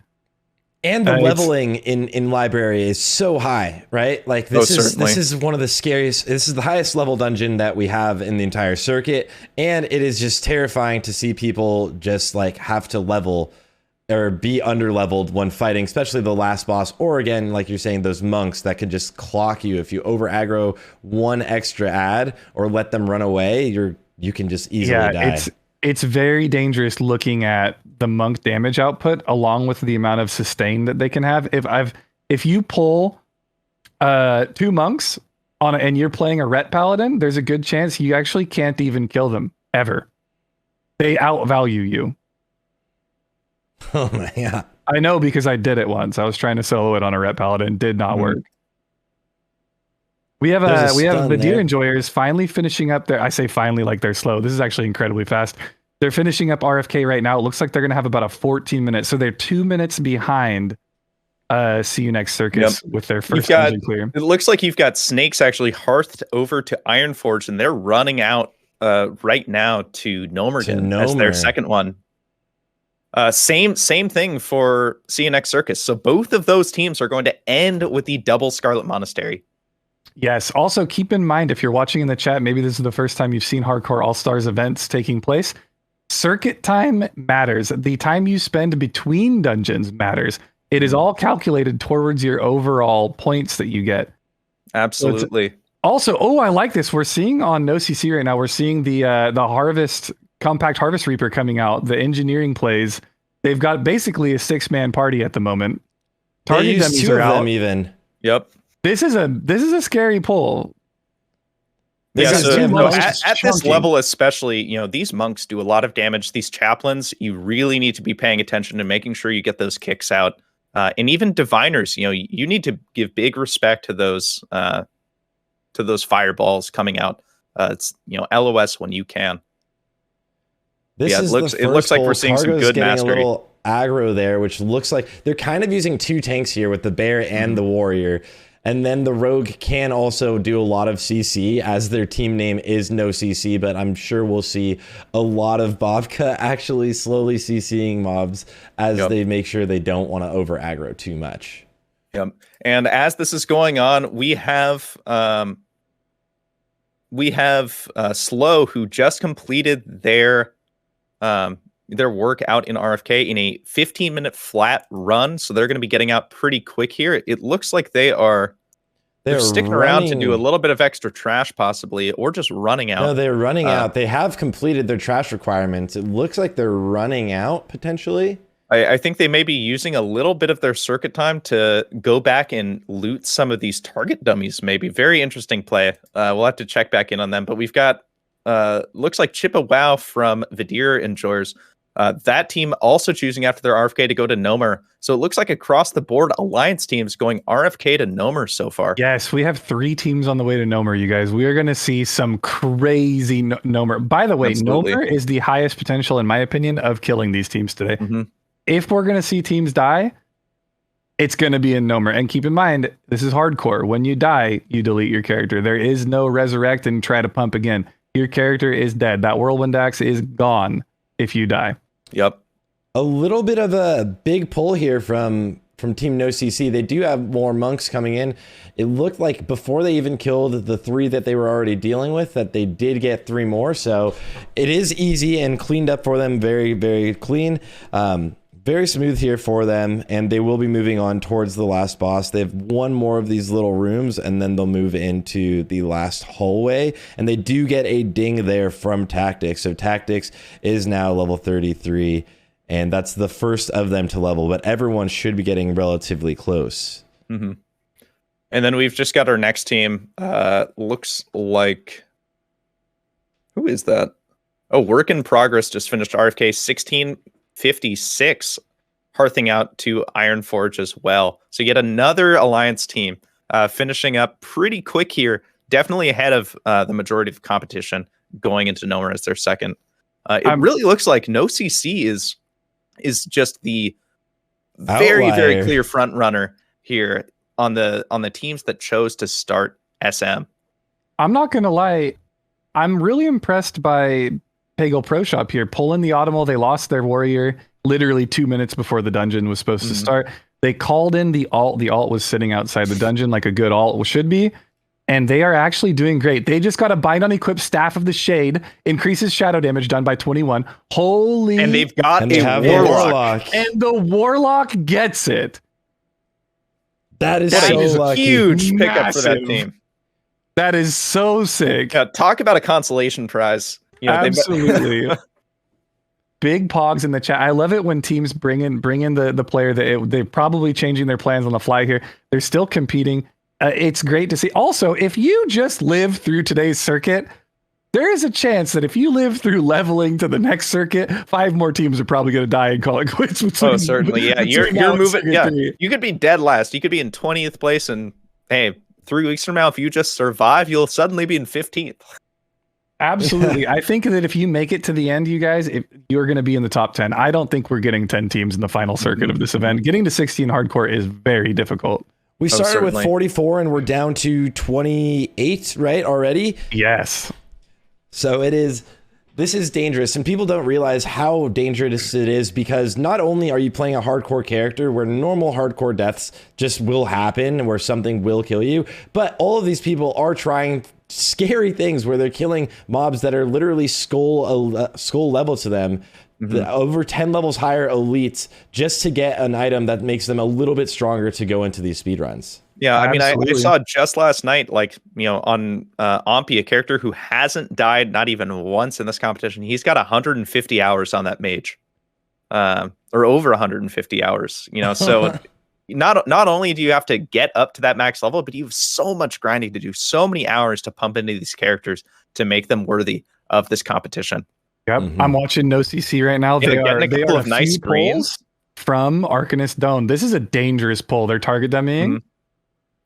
No CC is actually pumping pretty hard. I don't see the timer on the overall for library, it looks like. No, so It the timer resets. reset when they went into library, so the 10:45 is accurate Is because library. Perfect. because technically all of SM shares a single reset. We have to show both of the trash requirements at the same time, but that timer will get back to 0 as soon as they leave one and start again when they enter the Perfect. So second wing. They're looking at like a 12-minute potential library Yeah, after very a solid. like 7-minute graveyard. And library is the highest level dungeon out of any dungeon today. It might be pretty short, it might be pretty linear, you know, but you are seeing them have to kill about 55, 60 different mobs that are all higher level than they are. You're seeing 34, 35 on these. Arcanist Doan, the last boss in here, is 37, the highest boss that anyone is going to be facing today. You know, and they're taking it on in stride. I see we have a clip coming in from Jerome in the chat. Ompi almost died to the elevator. Yeah, I'm gonna pull it up right after we see the kill here. We might see a death to the elevator today. Actually, So we've got snakes already in Nomer, by the way. Ompi's team just on their way in. It looks like Vidir Enjoyers in Nomer as well. So looks like Circus a little bit behind on entering, but we'll see if they can make up that time once they actually get in there. Yeah, and right as Arcanist Doan goes out, we will see the Ompi almost death clip. Oh, absolutely. But this boss, I think this boss is one of the ones where some people, I would hope everyone in the competition today knows that you have to LOS this AoE here. If you just try to run away and stay inside of it, it will kill you. You have to get away from this and just not die. This is probably one of the ways where if someone just kind of overestimates themselves, they could easily die to an easy mechanic to dodge. This is an interesting play. Also, we're going to check one thing at the end of this dungeon, you guys. If they don't loot that box, they're going to have a little bit of a problem next circuit. Except for the road. Lesmos is not in the run for the Hypnotic Blade. You hate to see it. All right, let's see Ompi. What? Oh. What? Ompi, what are you doing? I'm going up. I'm going up right now. Wait, his character's going up. I'm going up on the elevator. I What is going on? I'm Oh. down. Holy shit. Are they Wow. What the? Well, that was some pretty interesting lag there. I'm not even sure what happened. That's an interesting elevator clip right there. What was that? He wasn't on it, and then he was on it, and then Oh my god. that's I'm going up. I'm going up. What is that? Oh my Elevator God. bosses, man. I'm telling you, they're the hardest in the game. I love that he has a weak aura that yells at him when he's in that location. Don't die on the elevator boss. So Snakes here, Dax's stream is now taking the plunge down to the slimes. They just finished all of their needed burrowers and pillagers. They're dropping down onto one of the gears. For anyone that doesn't know, there is a trash requirement here, so you can't just jump down instantly. You do have to clear pretty much the entire top level, and then you can make the jump down if you want to in Nomergan. So you can't just instantly skip all of the trash here. Yeah, it looks like actually Chippo Wow's team, Vidir Enjoyers, a little bit ahead of them. They pulled 3 trash mobs at once with the boss, just immediately gunning for it. They're going to pull their last 2 slimes on their way out. They get the acidic walkers. That's exactly what you want to see coming out of this. Some spell power boots with a little bit of intellect on it for your mage. Dude, I love the Vidir Enjoyers. Oh, absolutely. This team is so cool. Ompi's team just dropped one more down. slime, though. They do need one more slime, so they're going to probably send someone to go grab one and deal with it while they're moving forward. Oh, they won't. They're all eating and drinking. Maybe they have a strat. I don't know. I mean, they have to get the trash requirements done. They should know that. They all are going to jump down to the same place. It's interesting that there's a couple different places where you can jump down to, but every single team we've seen so far has jumped down to the exact same cog to land on that. I'm actually terrified for this team with the way that they pull dungeons and the way that they like to hold W and get these giga pulls in. It's terrifying when they're going to get to the point where the mobs are dropping landmines. You know, you've got alarm bots running around. It's going to be very, very scary unless their kill time is literally instant. Mm-hmm. That's so true. 2 landmines can one-shot your character. Oh, absolutely. Oh, you've got... Okay, so Zidane's team, Slow, actually just made it to Booty Bay, and they all just used the Gnomish transporter to get down to Nomer. So they're going to Nomer as well. And they actually split up, it looks like, from the get-go. They've got Blender and Gordon going to the back door from the very start of this run. So they're going to start the dungeon, split up. I am so excited to follow the stealth team, to follow the main team, see what they do. They're going to wait until that stealth team is ready to enter the instance before they actually jump in here. Your dungeon start time starts when the first player enters a dungeon. So they really want to make sure that they're synchronized on this. Also, team Where's Kyle right outside, just waiting and ready to go in. They did get some shoulders here for Zidane also. They have quite good loot on some of their characters, but already doing a self-team mission. Horde do have an advantage here where they can do that RFK or that skip to Nomer from Booty Bay, which is really nice for them. It does help their pathing, whereas RFK is really far away for all of the Alliance groups, so that's why we saw them all start there. Yeah, and it looks like, so despite Circus joining late to Nomer, it looks like they're actually perfectly on track. They are just getting into Electrocutioner's room at the 4-minute 20-second mark, right on pace with Snakes and Vidir Enjoyers. Those teams are about 1 to 2 minutes ahead of them, so their timers are a little higher, but they're about that distance in trash requirements ahead. So it really looks like all three of these teams are actually neck and neck here, at least for the dungeon clear time. Yeah. But yeah, for the circuit, with this pace, if all 3 of these teams are keeping pace with each other, it looks like Ompi's team, it looks like Circus is falling just a little bit behind. And that's something they kind of expected, right? Like they knew that they might have a little bit of a rougher time in this particular circuit because they they had those deaths, and Ompi or Parla is starting out with a lot less gear than he anticipated having. Absolutely. But yeah, it looks like Vidir Enjoyer is about to kill Electrocutioner. Actually making the pull before even Snakes. Ooh, and they get the lug nut, probably the best option they could hope for, probably putting that on their tank, a little 9 stam force spirit action, and they are getting ready to just drop down, use this skip, and get moving to the rest of the dungeon. Yeah, and it looks like they decided to take the L on that slime mob, just did 4 of 5. They're going to take a 1-minute penalty, which is definitely going to hurt them. Really not sure why they didn't just, fish around for one. That is a huge penalty. Yeah, and they were there, and it's clearly on their weak aura. Mm-hmm.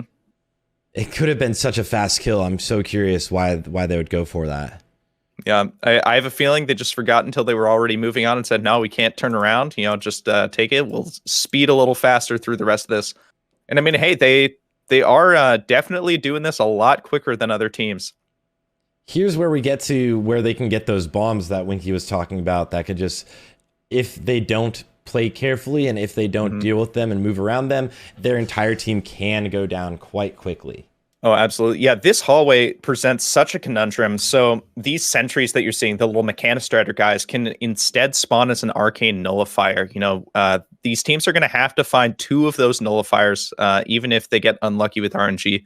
But the big issue that these teams are going to face is whether or not they decide to kill. Oh, they're skipping. Oh, this is an interesting one. This is a great strat. I love this. They're pulling it all. No way are they going to get to the bottom of this and fight a giant pull. Let's see. Oh, looks like they did it all on purpose. So I was going to say a big decision you have to make is whether to nuke down Dark Iron Dwarves or the Nullifiers, because the Nullifiers can cast and you just see it right now. Oh my goodness. So that is an AoE spell reflect, which is really, really screwing over that mage. Oh. All of the mage damage is going to be reflected. But luckily on this team, you've got so much ability to throw down bombs and cause physical damage that it looks like it's not even mattering. Yeah, I saw a sapper charge go sapper out. Charges. Multiple sapper charges were used. And another one. How much HP do they have? Got so low. Are they just saying, yo, priest, bubble me real quick? Like, let me get that bubble so I can sapper right now? Like, a sapper charge at 32 takes 25-30% of your health. Oh my goodness. What an incredible play that we just saw. Wow. Oh, it looks like Ompi's team is just behind them, but they're taking the slower approach. They're just pulling one group at a time, it looks like. I think that they're really... We have a correction. The nullifiers only reflect direct spell damage. Yeah, not thank you. Yeah. Yes. That's why you can still use the sapper charges. This is why the streams rely on chat all the time. Let me tell you, chat is Gigabrain. We need them for everything. Thank you for being here, chat. Yeah, we love you guys. Backseat us because we miss things. Oh, certainly. All right, so it looks like I'm trying to keep track of Team Slow, by the way. It looks like Zidane and the non-stealth group are now... They've cleared all of the pillagers. They're now going into the slimes, trying to get Viscous Fallout. And Gordon and Blender already making they are about to actually pull Crowd Pummeler. So it looks like these two guys have made it through 5 minutes in. They've gotten 6 of the 7 Frost and Flamewalkers required as well. And they're killing their last one right now. Yep. All 7 are going to be done, and they're just going to go straight into doing this boss. What an insane comp to see. I don't think that we planned for that at all. No, we talked about it beforehand. Would teams actually go through the back door here in Nomer? And it seemed like kind of you would either need to do a split like we're seeing right here, but it was probably a time loss because there's so much trash there that you usually have to deal with if you're not a stealth team that we never have to kill, right? It's not required, but it looks like they have multiple things. They have mechanical dragonlings. They have basically every item they could possibly use to increase their damage so that they can deal with this 2-man team and get down the Crowd Pummeler. Oh, certainly.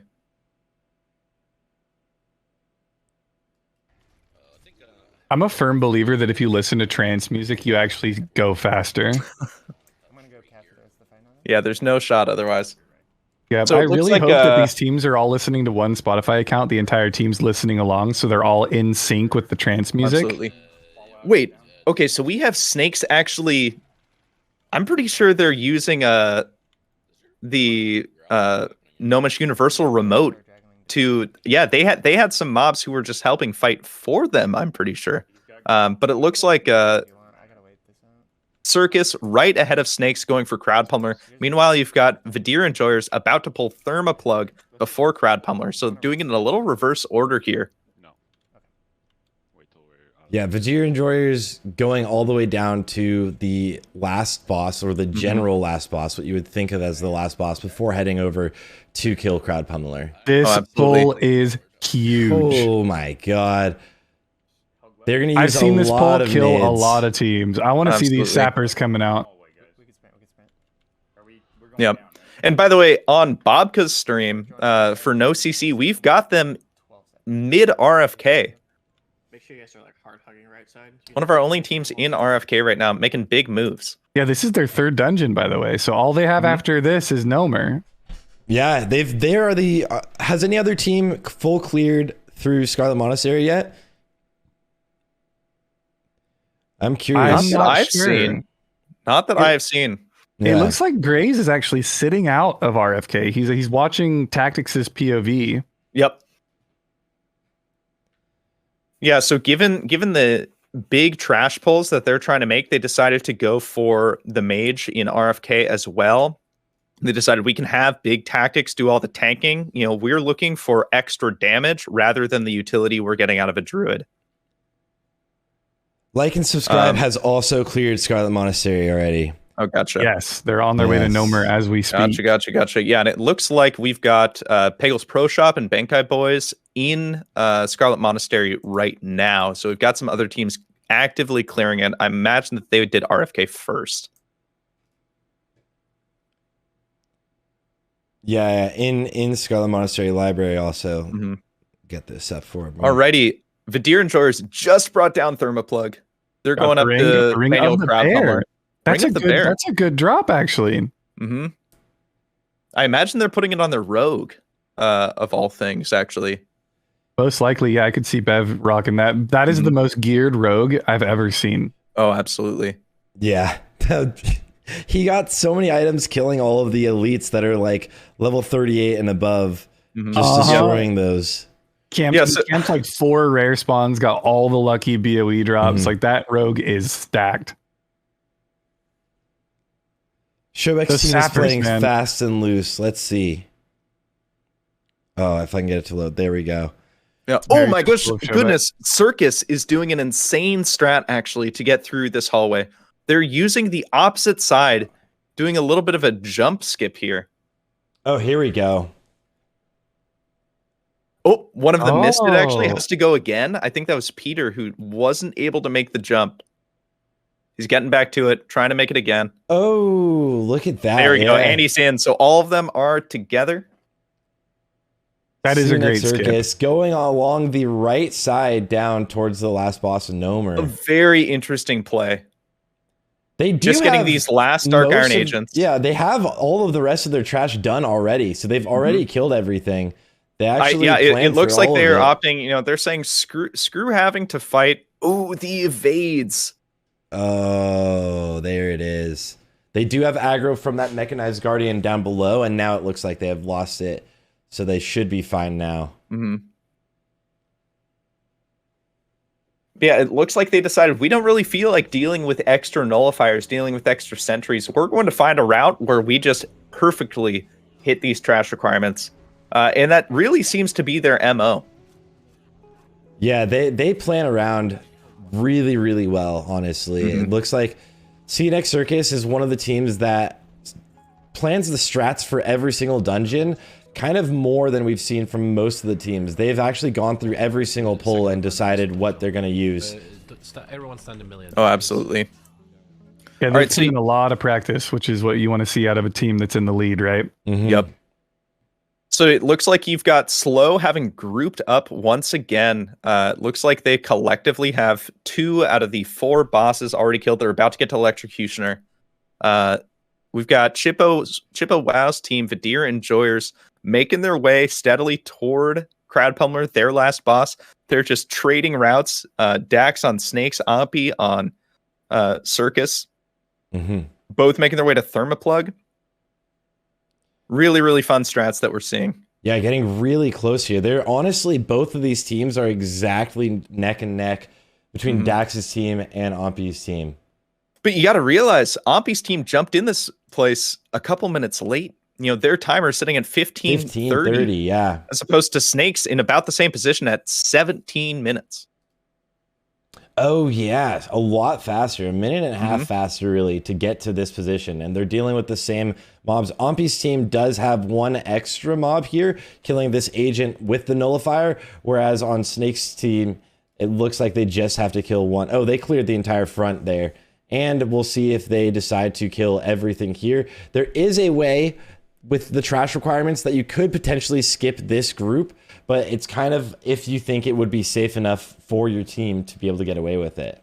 Yeah, and it looks like they're deciding just to plow right through it. I mean, I would expect Circus to probably invis pot through. Oh no, it looks like they just decided to go for it as well. Both just teams trucking just right going straight through. for it, yeah. Not really concerned about skipping it, saying, yeah, sure, we'll just take the extra XP. The Invispot CD is extremely long. I think is it 15 minutes, 10 minutes? It is longer than your usual potions. That's true.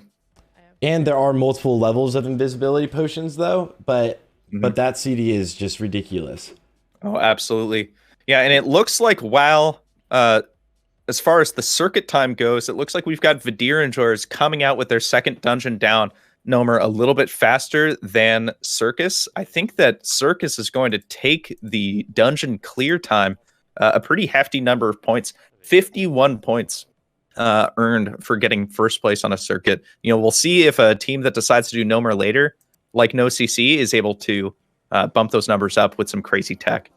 Yeah, there we go. 18 minutes, 17-18 clear. And they get the helmet drop for that little bit of extra AoE damage. That's something that I know we were talking about, but players were using in speedruns in Naxxramas at level 80. In the Wrath of the Lich King Naxxramas even. Everybody in an entire raid would have to pick that up. Coveted item right there. Yeah, really, really fun to see. I'm sure the only thing they're kicking themselves on is not getting the flame deflector drop, the 0.02% drop chance. You know, they're saying whatever, you know, we'll deal without having it for future circuits. That would have been a huge one for them. Absolutely. Yeah, so it looks like Circus had what was it, 17 minute clear. Chippa Wow's team, Vidir Enjoyers, 17:43, and Snakes with an 18:33. Some pretty solid clear times. I'll be excited to see how other teams perform against them. Yeah, 11:40 here in RFK for Team NoCC, and they're going to actually all leave group so that they get the Ghetto Hearth. The one thing that kind of hurts them a little bit is they did leave that group a little bit late. They are waiting 50 whole seconds, almost an entire minute, just to get that Ghetto Hearth out. So it wasn't really optimized. They could have left group right as they tagged the boss. Yep, absolutely. And let's see, Pagel's Pro Shop is in Scarlet Monastery Graveyard here. Looks like Shobek's team about halfway through the Bankai Boys, halfway through Library as well. Yep, absolutely. I'm watching Where's Kyle, one of my favorite team names, believe it or not. And they're looking like they are a good 50% of the way through Nomer, which is incredible. Let's go. I've got these guys pumping. I love seeing these teams not die. We haven't had a death yet today, which is amazing. Yep. Work in progress actually most of the way through Nomer too, as well. Watching looks like half you barbecues stream. Really exciting to see that. Yeah, and we have right here Shobek's team in Scarlet Monastery. Again, this is the scariest of the dungeons, and if you didn't get good loot drops earlier, then this is one of the dungeons where it's kind of necessary for your team to have a lot of good gear, because these monks, these chaplains, everything can kill you. Everything takes or has a lot of HP, 3,000 HP on each of these mobs almost, and they just can sit there fireballing you and just wailing on you, doing like a fifth of your HP per cast. Oh, absolutely.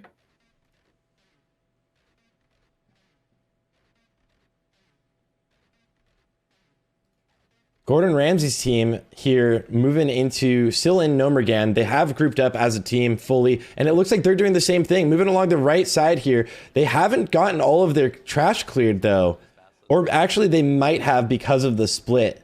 They might have because of the split, but now everybody going for the so jumps. definitely because of that split, we're probably seeing Viscous Fallout's done, the Pillagers and Burrowers are done, the Slimes are done. So it looks like they're just worried about. Well, actually, I assume that the Sentries are even done as well. Yeah, it looks like they're doing the same technology that we saw CNX Circus do. Oh, right as we see somebody fail that jump, Gordon gives out a little chuckle. Always good spirits. Yeah. It looks like one of these this jump is one of the ones that is a lot more challenging. It has to be very precise. And that's one of the things that Parlor's team has made look extremely easy, is just getting pixel perfect jumps every time. So they're still waiting on one more person to make this jump and make it over here, and then they'll be able to move forward. Or they could technically move forward now, but if they aggro something, I'm not sure if it might actually somehow get aggro on that last person and come towards them. So here for the mage, just trying to make sure it can make this jump and get to the rest of the group. Once you get this, it does. Once you get the weapon expertise, it doesn't include maces. Oh, almost. This is where you can lose a lot of time if you miss any of the skips. Let me go back to Shobek's team as they move towards the last boss here in Scarlet Monastery Library. Arena, and now we're all fucking vanilla dungeoners. Use your words. Use your words. Everyone is now a vanilla dungeoner now. Yeah, pretty racking up solid those, drop. racking up Oh my those God. achievements. I have that. Look at that sword drop over there for Oh, Shobek's wow. side. Wow. What level requirement is that? 35, I think? 33 it looked like. 20, So it looks like he's 20 about to be DPS. able to use it pretty soon here. Yeah. We did see Bobka's team heading out toward Booty Bay, by the way. They're going to use that teleporter to get down to Nomer, so they're making good timing on their way to the last dungeon. and the boat is arriving already, so they're actually already getting their boat, which is really nice for them. That's what they need. And you saw Cargo's actually just picked up a fishing pole that he might use, like we saw a little bit of usage out of fishing poles from some of the warriors in the pre-show preparation. Dude, that was a huge cleave crit. Holy fuck. I'll stop the burn. He threw new. Nice. Oh. I don't know. It's fine. Got next trap unmarked. I cannot kick burn. I cannot kick burn. Cannot kick. Cannot kick. After this, we move. And I've got an Ompy POV just wearing that new hat, looking good, looking happy. And he's got about 100 oil of immolation in his bags right now. I think he's got big plans for some AoE damage coming into SM.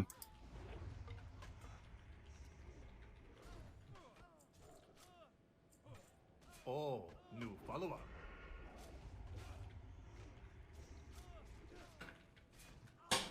I move all the way up. Yeah, there we go. Get big mana here. I'm low energy. Onwards towards the last room here for Shobek's team. This is again one of the scariest rooms that we're gonna see in this dungeon split, and we haven't seen anyone die. We do both. I don't think we do. Almost pulled both sides though, monks and the other side with 4 more or 3 more. Oh shit, 3 monks on Oh, absolutely. Dude, that's so crazy though. Oh, wow. It looks like Vidir Enjoyers is using Western Plague Lands to get to SM, by the way. Taking a big travel risk just to get to the dungeon a little bit faster. Circus, Snakes both went for the Hillsbrad route as well. So this is a big risk that they're doing. Hopefully it can work out for them. Yeah, they're already making it all the way through, but you can just, they've probably planned this route so well, but just one ad, actually no, they're not even all the way through. This is the start. This is the easy part. Yeah. There are no mobs out on this section. Yeah. I'm interested to see what they do when they get out of the pond they're about to jump in, because that's where they have to be running through. I imagine that they're going to they're going to sacrifice the pet, probably burn some target dummies just to buy them a bit of time. And I even imagine that Unchained is going to fearlessly take up the front and use Cheetah to try and be getting away. probably Gnome Vidir, their mage, as well, using Blink and Mana Shield in a really similar way, just to try and soak up a little bit of damage to keep the rest of their team safe. Yeah. Very clean here. Mm-hmm. Yeah, you can see both of them right up front together. That'll be really exciting to see if they're able to survive. We could have an outside dungeon death incoming for all we know. Death's running between the dungeons just to get faster on the circuit itself. Oh yeah. I'm taking a big damn here. We'll see. A lot of damage here on the side of Shobek's team. Mm-hmm. The main tank just getting clapped, and they don't have any mana on their paladin right now. It looks like they're just fully wiped on mana. They might need to take a second and wait. My goodness, that Hunter Feign really had me for a second. I thought that was a death for sure. Yeah. Let me know when you're ready, Cub. They are getting mana really quickly here, though, so that is absolutely really nice. Yeah, and they're just getting ready for their last hallway. Yep. There is an aggro here over on Chippo's side. It looks like he picks it up with his pet, so everyone can run through. They are tracking beasts. This is still intimidating, though, because they get another one. Probably going to want to hope that they can either target dummy it or use the mage. I'm interested to see how they play it. If it could hit. Yep. So it looks like the pre-bubbles from the priest. Oh my goodness, this is wild. Freedom dummy. All right, there it is. Dropping the target dummies and running forward. Yep, all 5 of them still alive. Yeah. Let me go. Okay. It looks like they made it. Wow, pulling this off just to have a faster route. No, just keep running. Just keep running. Is very clean of them. Very, very smooth. That's incredible to see. Yeah, because you've got Circus even with all 5 of their team members, having the fish trinket, the angler trinket, not even through Silverpine. That's actually a huge play. I'm not gonna lie. I didn't think I was gonna see anyone come in from Western Plaguelands. Level 32, just the casual Western Plaguelands routing. Yeah, not underestimating the circuit time as a whole. My gosh. I'd love to see it.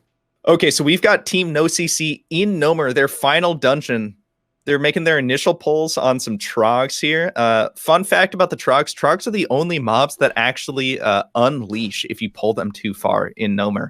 It's a really, really strange mechanic that they have where you could theoretically just outrun them and they will unaggro. So they can't do pulls that are too big here, but we're seeing them steadily chug along. They're going to clear this upper ring before dropping down, get into the heart and meat of this dungeon. And we know Team No CC is planning to do a stealth skip in this dungeon, so we will see how that goes today. Yeah, although we did see a stealth skip go not so much according to plan the first time around, and that was in Graveyard. We saw the rest of the team kind of forced to come bail them out. Yeah. This is definitely a harder dungeon. I am a little bit worried about their grand ideas if they're going up against even harder bosses and harder trash for the second part. Looks like they're pulling as many of these Trogs as they can now, just getting them all out of the way for the requirements. Big pull, but done very smoothly. And these mobs are going to be a lot lower level than them now. They are all level 33. So these mobs are ranging from like 25 to 27 at the very start of this instance. Yeah, I mean, you're seeing gray mobs even. But just like Uldaman or SFK, even BRD, we're going to see the level of these mobs ramp up pretty quickly as they get through all this. If you guys want to see Mud Maniac, the old Ompy, showing off the fish. We've got some interesting circuit time strats from the old... oh, yes. The old... Oh, yeah. Well, and these guys are probably even popping a... Yeah, it looks like they popped even a swim speed pod. Because they all stack. Mm-hmm. All of them except for Ellen are going to be able to pull this off. Ellen, Degen, their rogue is their token engineer. She already has... She already has sprint. She already has stealth. Two of the big reasons why they wanted to take Alchemy as a team in the first place. Yeah. They have everybody being an alchemist in this comp except for the one engineer, which is kind of rare. We've seen most of the teams roll with more engineering. But we broke down before the last circuit what every team was running, and this team is just looking towards the utility of alchemy, hoping that they can get as many of those good recipes, because everybody needs the recipes. You won't be able to trade anything you get, so you can't make potions and trade them to your team until level 60. Oh, absolutely. Shobek's team did clear Scarlet Monastery also, so it looks like some of the teams, a lot of the teams actually moving towards their final dungeons. And the teams this has been a fast circuit today. Yeah, this is like gold blasting. They're literally blasting through these, especially with teams on their final dungeon. We're only a little over an hour in. Yeah, that's incredible. They are flying through these dungeons. I think we are very on set to see No CC coming in with by far the fastest circuit clear time. Yeah. You think No CC is just in an incredible amount of lead? Is that what you're saying? Oh, absolutely. I mean, talk about horde routing privilege, I guess. From day one of planning this, the biggest thing I've heard from every team who chose to go alliance is, well, we know we're going to have a tough time beating out horde on these circuit clear times just because of routing differences. And I think that we are seeing that concern play out more than we ever could have imagined here. Looking at other teams' progress, we're probably like 12 to 13 minutes out from seeing No CC finishing up the entirety of the circuit. Yeah, they're doing the fastest we've seen, just blowing through all of these dungeons, moving really quickly. And this, again, is one of the dungeons where they will have an invis skip. One of the ones where, as we talked to Grays earlier, he said he was a little bit more nervous about today's invis skip than what they dealt with yesterday or last circus. Yeah, I'm really curious to see if they end up going through with it after the Graveyard debacle, to be honest. Graveyard was so sketchy. Graveyard was so sketchy. It looks like Cargo's running back here. Is he leashing a mob? I'm not 100% sure. Oh, it looks like they forgot to get one slime. They missed a slime. Unlike the Deer Enjoyers, they're going back for it. Yeah. So Cargo's goes and grabs that slime and is bringing it up to them. The slimes aren't terrifying. They're not scary to deal with. It's just they have to get all 5 of those killed. So it's not something that they really wanted to skip. And Deer Enjoyers just ran forward with it. This is going to be an incredible thing, by the way. Next circuit, you guys, we are going to have aspect of the pack. Right now, we have hunters that are just... And mounts. They're going fast on their own, right?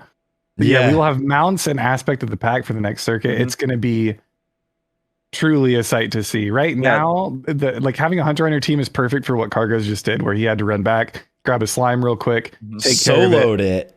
Yeah, but you got to think. I think next circuit and moving forward, that kind of mistake will end up being a detriment because the whole rest of your team is going to be losing out on pack while your hunter is going to fix a mistake that you guys made. Yeah, absolutely. Yeah, and he actually has a thread between different mob packs there, which could be a little bit intimidating if they were to actually pull things.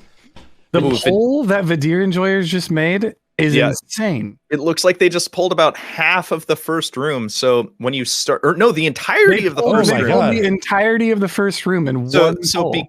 Because Graveyard is such a short dungeon, we required all of these Scarlet mobs. There are only 15 of them total, including the boss. But we are requiring all of those mobs get killed. Vidir Enjoyer said, "Oh, you want all of it? Sure, we'll do all of it at once." My God, what an incredible pull. With the boss talk also. That was exactly crazy large. And let's see if they do something similar here. I bet you they pull everything in this entire courtyard. And they're halfway through this dungeon while I'm looking at Circus and Snakes not even there yet. They haven't even reached the instance. 1 minute and halfway Western through. Plagueland skip was massive for them. Like the fact that they risked it to go through the Plaguelands saved them a lot of travel time. Yeah, I mean, looking at the pace that they're able to play, they're under 2 minutes on this clear. Looking at the pace of this gameplay, I'm starting to think we might see a Vidir Enjoyer's first place finish on the circuit time. I'm really excited here. Yeah, I'm really excited to see what they can try and pull off once they actually get to library. Yeah, if they can pull library as much as they've been pulling these dungeons, it's going to be close. Mind blowing. They have sappers at 32. Yeah, my goodness. Yeah, everybody being so prepared here with sapper charges, with grenades that they can use on every single pull, having the target dummies that they can use on every single pull. They're going to be set here. They're going to be just fine. Mm-hmm. Honestly, I think their strategy of just giga pulling and blowing everything up is faster than the stealth comp. Yeah. Well, yeah, I mean, we saw from slow, they went for the stealth comp from the beginning, but they had a 22-minute Nomer clear time, 5 minutes slower than CNX Circus, who stuck together the whole time. Yeah, so actually seeing the clear time be a little bit not worth it potentially. Mm-hmm. We're going to see a Hunter pet pull here also here from Vidir Enjoyers. Hopefully the pet doesn't get hit and die. It looks like they're going to go all the way down to the boss. And it makes it the pet level, so it doesn't die instantly. What? Talking about the tactical ding. What? No way. Wow. What a play for Vidir Enjoyers is my favorite team. And you just got to think, look at all of these mobs who are about to come up. It actually cost them a little bit of time because they didn't actually get to pull everything instantly.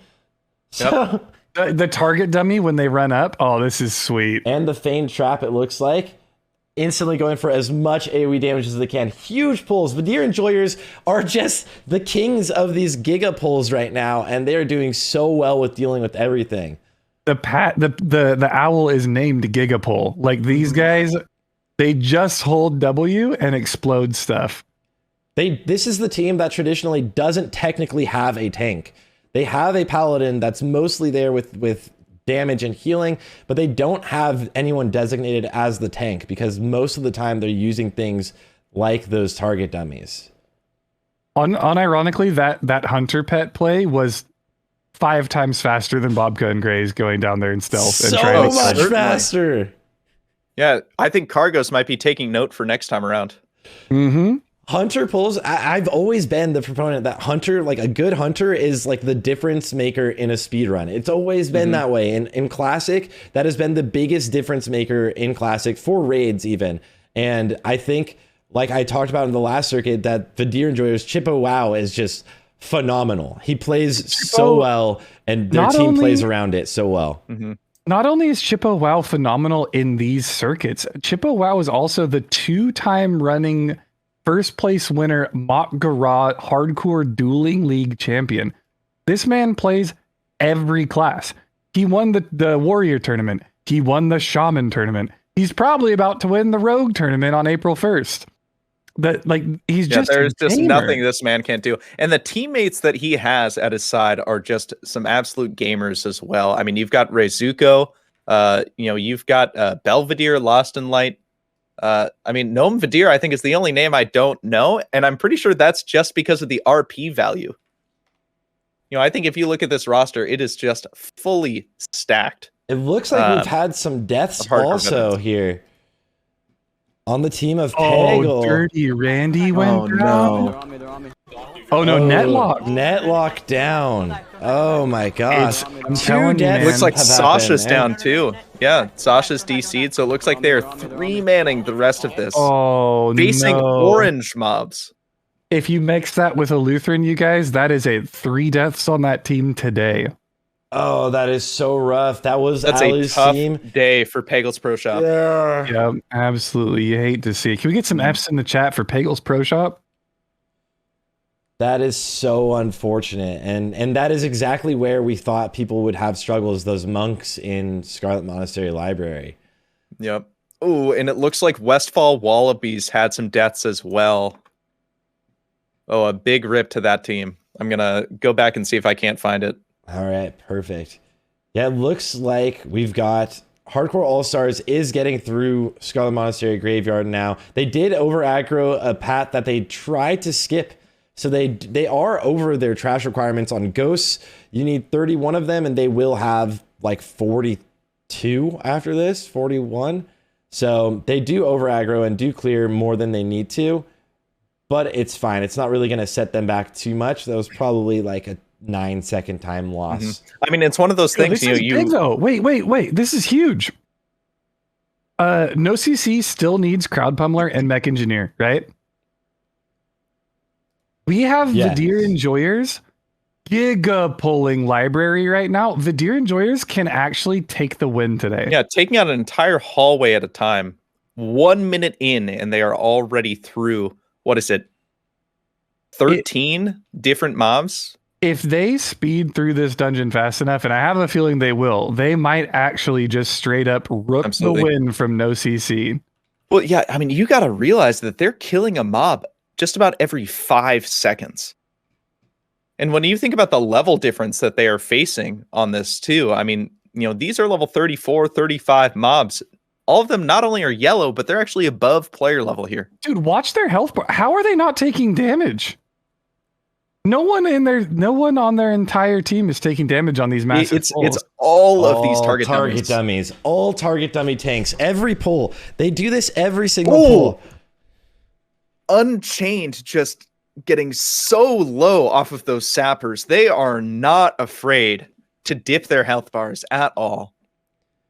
This is insanity. And that was a pull with a boss. You know, they were just saying, yeah, sure, we'll take the whole courtyard and also the boss with it. Please and thank you.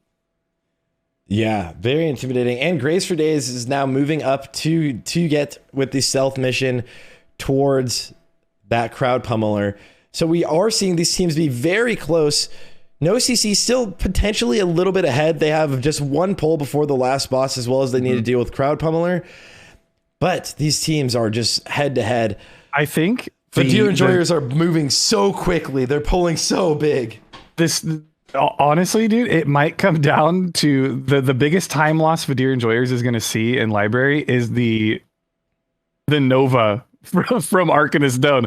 Like, just the fact that he's unhittable when he's doing the Nova is going to be like the biggest time loss for them in this entire dungeon. The Deer Enjoyers consistently pulling like five plus mobs every single time. They're pulling way crazier than we've seen anyone else so far in this circuit. How are they going to handle the room with the monks? I don't even know. Let's see. Graze for Days moving right towards the last boss for them. Gonna kill Pummeler right here with a 2-man team. Bobka and Graze for Days going straight for Pummeler, while the rest of their team does go towards last boss, Thermoplug.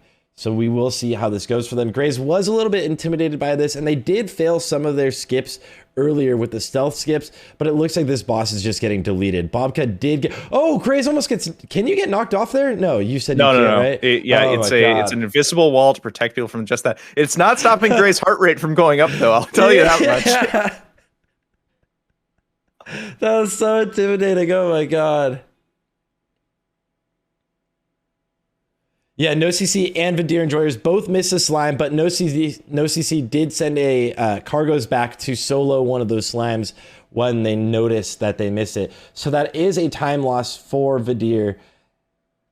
There's the kill. No luck on getting the mace there for Graze for Days, but we're now seeing Team No CC, the 3-man squad, is killing the last boss, Thermoplug. This is their last boss in the entire circuit, so this will finish it off for them. And the Deer Enjoyers is moving through library, and which is their last dungeon in the circuit, which is incredibly fast. Huge congrats to No CC for pulling this off. My goodness. Yeah. Yeah, the stealth comp working in Nomer, probably the riskiest point for them to be doing that. Alrighty, and Sarthe, I'm gonna link you the Nomer wipe from Westfall Wallabies. You really hate to see it. It looks like one of those C access issues going wrong in that Dark Iron engine hallway. A GG for the first team to clear is Team No CC. Shout out to the boys. Amazing work there with the splits.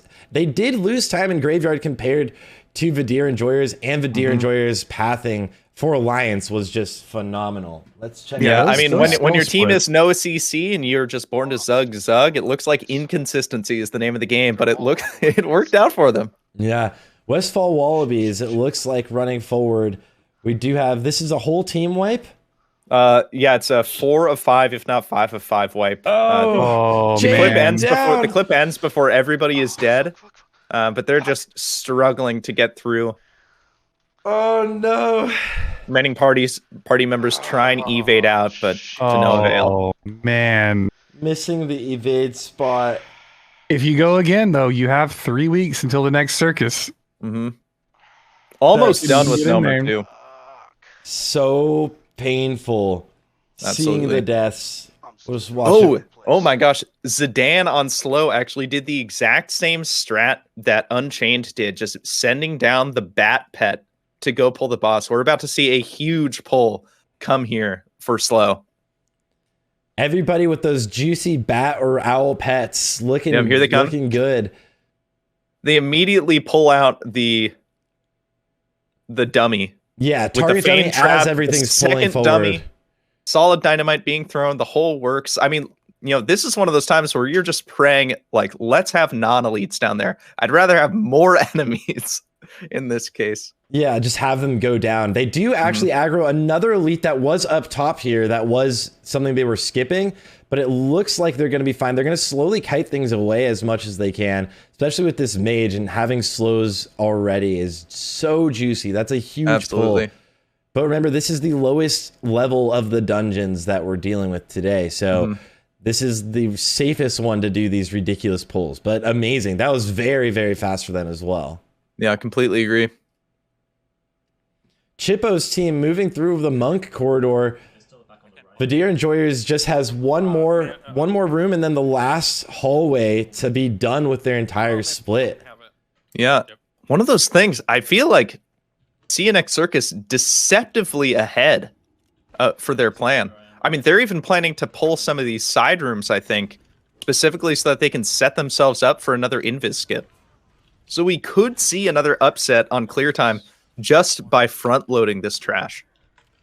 Yeah, let's see here from CNX Circus and Chippo. Get them. Yeah, both. this will be a really, really good neck and neck race to watch here. Yeah. I think the Deer Enjoyers are just they're about to be done. They're so close. Yeah, They're- I mean, they're given the that last they're about to hallway. pull these last hallways all together, I mean, it's really just a question of how fast can they fill their mana bars. They've actually been taking these hallways pretty slowly. I think that they're respecting the damage and the healing from the monks. They probably have practiced this and they've noticed that you can't just sapper your way through it because these mobs are very strong enemies. Yeah, these monks have insane damage output, and if you have two of them on you even just at one time, and you're not a tank, they can kill you in a second and a half. Yes, certainly. Well, and I mean, like, this is like the first dungeon all day where we're seeing every single mob in the dungeon is higher level than the party members. Yes. And that's a big change, especially coming right off the heels of a graveyard pull, where they were able to pull the entire first half and second half in basically two pulls. Now they are back down to actually just getting two separate groups at one time each time. But still, if you were in a hardcore group, a normal hardcore group, leveling through here, there's no way you're pulling even two of these at one time, right? You're always afraid of these monks, and they're terrifying. Oh, certainly. You and I did it with our group of Bobka Josito Jones during Road to Rag, and we took our sweet time with these dungeons. We did not mess around. Yeah. It's very, very dangerous. I think it's easy when you're looking at these people doing these incredible strats and just blasting through the dungeons. It looks easy, but it's only looking easy because these teams are making it look easy. This is not easy to do. Huge bubble pull here, and this is actually going to be probably the scariest pull we see. This is a huge pull. They are using all of their target dummies actually popped at one time. Oh my god, did you see Sapper how charges from everybody. Oh my god. Did you see how low on changes got? Yeah. If he would have used a sapper in the same global as he got hit by a fireball, that would have been pretty much been done. GG, yeah. Well, I'm just shocked that Unchained isn't playing with any like text on his health bar. He just somehow knows how much damage he can afford. They blew that up. Talk about game sense. God. And just immediately saying, no, we don't have time to wait for full mana. We're just going to figure it out. They're pulling him to the back corner so they don't have to leave the room, it looks like. Oh, they over aggro. They're bouncing threat because they don't have target dummies up. Yeah. And they don't have a tank. And they don't have a tank. So they're just trying to sit with different threat, A polymorph comes out, great immediately dispelled. Yeah, that was a solid dispel. They know that they might, if they over aggro, have to run outside. So keeping the boss in a place that they can get away from is nice. All right, and there it is. Nation. Sprints used, everything used, and they do get away. Yeah, the pet survived though. The pet did not care. Wow, even the dispel on Gigapull. Beautiful work here from Vidir enjoyers. Ooh, the full team silence though. You hate to see it, but it looks like they're just able to finish it up. Unchained's living the tank dream right now as a hunter. Yep. Yeah, absolutely. Just face tanking this right now. Yep. Does get bopped here. Oh, looks like a 127 clear time. They're going to go for the box, get that key, one and done. And Hypnotic Blade drops. Yoinkers. I'm interested to see. So that's an 11:27 or 11-minute 27-second clear from Vidir enjoyers. But meanwhile, you've got Circus a little bit behind because of these mistakes made in the circuit clear. But they're only at 9 minutes. They're going through their last hallway. If they can clear the rest of this in 2.5 minutes, they can pull out a dungeon victory over this team. I'm not gonna lie, our first place team is looking like they're gonna get third place today's circuit. Our third place team is looking like they're getting first place in today's circuit, and our second place team is holding strong in second. If we tally those points up, going into circuit 3, these 3 teams might be straight up tied on circuit points. Absolutely. Yeah, they might all 3 be sharing first place going into circuit 3. CNX Circus kind of had the perfect circuit for what they wanted. All they wanted was to defend their title, and it looks like they're moving at such a solid pace. Their dungeon clear times are phenomenal. It was the one that had the best probably outside routing was obviously Vidir enjoyers with that alliance moving through the Plague Lands. But Horde just has an advantage on this circuit no matter what, with being able to teleport directly to Nomer. So I gotta say though, CNX Circus left circuit 1 with a 9-point lead over Vidir enjoyers. I'm pretty sure that lead shrinks today. Yeah, it looks like performances are much closer across the board, because they're losing out on the circuit time, they weren't able to make up so much time in the dungeons themselves. I just can't imagine them pulling any more ahead at the very least. Definitely defending that title, but yeah. It looks like they're going to have about the same dungeon clear time here, if not just a few seconds slower than Vidir enjoyers. Yeah, 10:45. I don't think they can get this in 45 seconds. Yeah, 11:17 was the number that we're looking at. 11:27. 11:27. Yeah. One thing that they're losing out on is this one room alone. They had to pull it in 2 pulls. Instead, Vidir enjoyers literally just blew this whole room up in seconds with everyone using a sapper charge. Oh, absolutely. I will say one team we haven't checked in on in a hot minute is Snakes. And Snakes is just a couple minutes behind CNX Circus, but they're rolling in at 7 minutes, about to turn the corner down to their final hallway. Oh, yeah. Looking in really strong shape. I think that team plus Slow, who's waiting right outside of the entrance to walk into library right now. Those are going to be 2 teams who are looking to really, really press up a solid time for their dungeon clears, knowing that they might miss out on a few minutes from their circuit clear. If they do have things like another team has some deaths later on in the circuit, these teams can easily take the win. We have 11:52. Yeah, 11:52 from CNX Circus. They're all getting the key. We love seeing people remember their key. 11:52, fast clear time, and that's completion here for CNX Circus. This circuit was so fast for these top teams. Unbelievable. Absolutely. It's actually mind-blowing. And coming off several deaths with Parla, with Graze for days, these teams are performing, and they're performing at a lesser rate than they would have had they not died while leveling up for Circuit 3. Absolutely. Yeah, the winners today literally had those deaths, 2 deaths at level 28, like we were talking with Graze earlier. 2 deaths at 28, and we're still able to come in and take over in this circuit. And this is the circuit that they were really looking forward to, the Whirlwind Nax circuit, this Shaman Wind Fury Totem circuit, right? Absolutely. Yeah. I am terrified to see the Mud Maniac Ompy himself, the Giga Chad Mage, with that helmet on from Nomer. Yeah, that's gonna be so useful. He is going. I guarantee you, he is going to find some weirdo niche use for that helm, and it's going to come in super clutch in the upcoming circuits. It has a ridiculous range. The AoE of that helmet, the on use, is so ridiculous, and it's weird because you can use it and then the actual AoE lightning bolt goes out like a 1.5 seconds later.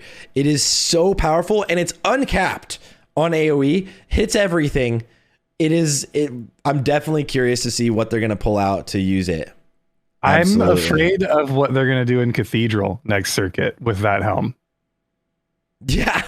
There could be some potential like full Cathedral pulls if they have that helm. Are we going to see a one pull of the entirety of Cathedral? And what are I have already been told, Sarthe, I cannot leak it, but I have already confirmed that there will be at least one team attempting to one pull the entire instance. That is one misstep. Bosses included. One time getting dazed, one time getting hit by the frost. There's the slows that you can get hit by if you don't interrupt or reflect them. That is one of those means death. It's going to be a really, really good show what they put on. Yeah, and at these lower levels, instead, you could easily die when you're one pulling it as a level 60 mage when you're selling boosts. Yeah, absolutely. Another point that I want to bring up is I love the consistency of our top 3 teams here. The top 3 teams from Circuit 1 are the same top 3 teams in Circuit 2. This might be a trend that we see moving on, provided nobody dies in between the future circuits, the later circuits. Mm-hmm. And I really hope that doesn't happen because it's been such a fun privilege to watch these guys. They're putting a lot of work in. Snake's really kind of jumping up also here on the leaderboard. So really nice work from them. Yeah. What are all of the dungeons that people can expect from the next circuit, by the way? Yeah, so next circuit, we're going to see the latter 2 wings of SM. That'll be Armory and Cathedral. And then we're going to see, this is the only circuit that has 3 dungeons. Or I'm sorry, is it? 4. No, yeah, sorry, it's got 4. We're going to have RFD and and Uldaman, which are going to be some really exciting dungeons to watch. Uldaman, one of the crazier places, one of the dungeons with the coolest lore. Not to mention a really insanely fast ramp up on mob level. You know, you enter, mobs are like high 30s. Oh my gosh, Dax getting really low here. I'm sorry. No, yeah. This is a crazy pull from and the sphere. If this sphere goes too far, it could have chain pulled the boss. Looks like it doesn't. They have the boss in the back of the room there. That actually was extremely intimidating. Dax still taking a lot of damage. They do need a target dummy. Yeah, these diviners are just ripping into the warrior. Oh my God. All that armor doing absolutely nothing. Run. More target dummies being used. They just need to get healthy. They are completely out of mana on their healer as well. This is looking kind of intimidating. Good job from the Hunter to pull a little bit of aggro, but it looks like Dax just grabs it back instantly. And now they are LOSing. It looks I think his team must be telling him, hey, like, you got to start LOSing some of these things. We do not have the mana to keep you up. There's the crit health pot. Yeah, how lucky to get that huge health pot in the works. There they are. Wow. If we had a heartbeat scanner on them for that pull, that would have been so intense. 200 plus guaranteed. Oh my goodness. That was extremely close to death. And Parla, congratulations on your clear time today. Really phenomenal work. Yeah, this has been an incredible circuit. I'm not gonna lie. These teams are clearing these dungeons way faster today than I assumed that they would. Oh, absolutely. Yes. Yeah, you see this team bringing down Arcana Stone, finishing out their circuit strong. This is the end of it, and actually the boss being pulled kind of in a sketchy area, so they're gonna try and get out of here quickly. They lost aggro on Doan. Go on. In order of clear time today, from what I've seen, what we've seen on stream, and this means total clear time. We haven't done the VOD review and done all the math and edited it up, of course. But we have No CC in first place. We have Vidir Elixirs in second place. We have CNX Circus in third. And it looks like Snakes just took fourth. Yeah, and from what we can tell so far as well, it looks like CNX Circus is going to claim first place on their RFK and Nomer clears. But I'm pretty sure Vidir Elixirs or Vidir and Jars have them beat out on the SM wings. Vidir was incredibly faster today. Yeah, it's going to be interesting. Make sure you guys in chat, if you're interested in figuring out where everybody's standing, there's the overall points leaderboard. You can search by circuit time as well. You can search by which circuit it is. So you can see the exact times once we get all the VOD review done and everything calculated up on the website. You can see the exact placements of all these teams. Did Peggle Pro Shop did pull off the 3-man of the library boss? Do you have a clip of it? Congratulations. Peggle Pro Shop did have those deaths earlier. A little bit unfortunate. Well, very unfortunate losing your characters here. But this is, again, probably the last of these circuits. We will see people dying and making it back up for the next one. So we will see people being able to level back up. And Peggle Pro Shop needs to complete the circuit in order to accrue points. And they can still do it as a 3-man team. If they just take their time today, make sure they get full clears of the circuits done, they will still accrue points today. And then they can just come back and hit it hard for the next circuit. Certainly. Yeah. And go ahead. I was just going to say, one of the things that just today, everyone watching, Vidir Enjoyers, wow, what a phenomenal team. Their polls are just insane, pulling as big as possible every single time, which as a hardcore character is just so intimidating, but them all just knowing when they're using target dummies and what they're going to giga pull, such a hype team to watch. Next circuit, max level's 43 only? 43 and a half. 43 and a half. So these classes are going to be coming alive in the next circuit. Like we've seen level 22, we've seen level 32. Now people are going to start unlocking their full toolkits with their characters. It's going to be insanity from here on out, especially with Ompi with that helmet. I guarantee you he's going to do something crazy with that helmet. Honestly, if I'm on any of these top 3 teams, I would really be looking in the mirror and asking, is that red quest, is that drop from a red rare really worth it? Or do I just go fishing?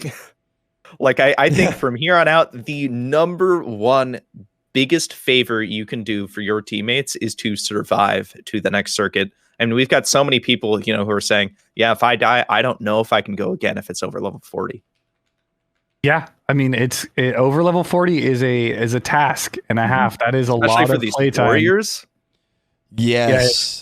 Yeah, if you've got 9 kids and 2 and 3 wives, it's going to be really hard for you to find that playtime to get back. The typical classic WoW gamer. Yeah, absolutely.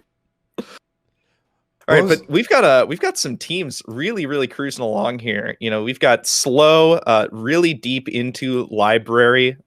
Looks like we've got work in progress, just about on pace with them as well. Where's Kyle? Zuglife doing great too, both having entered library just a hot minute ago. Some teams finishing up. I mean, these are all teams that were in the top 10, top 15, and they're consistently finishing again. You really got to love to see consistency, not only among these top 3 teams, but across the board. Because you've got teams like Where's Kyle, like Zuglife, where these teams are saying like, yeah, we're not particularly concerned with getting the fastest time in any dungeon, but we know that all of us can make it to 60. And that's their plan, to really get up to higher levels and pump when they know that they've got their full kit and they've got the gear to back it up. Planning for the long run is so smart too.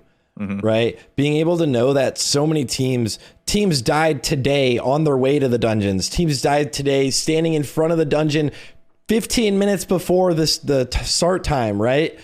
So just knowing that your team will make it to level 60 in a hardcore tournament, I think is so smart. It's planning for the future. It's playing it safe, because we definitely know at this point, let's be realistic, some of the top teams have players that are doing things that are definitely not safe. Oh, safety is secondary to speed, of course. You gotta risk it for the biscuit, and they're going all out with these plays.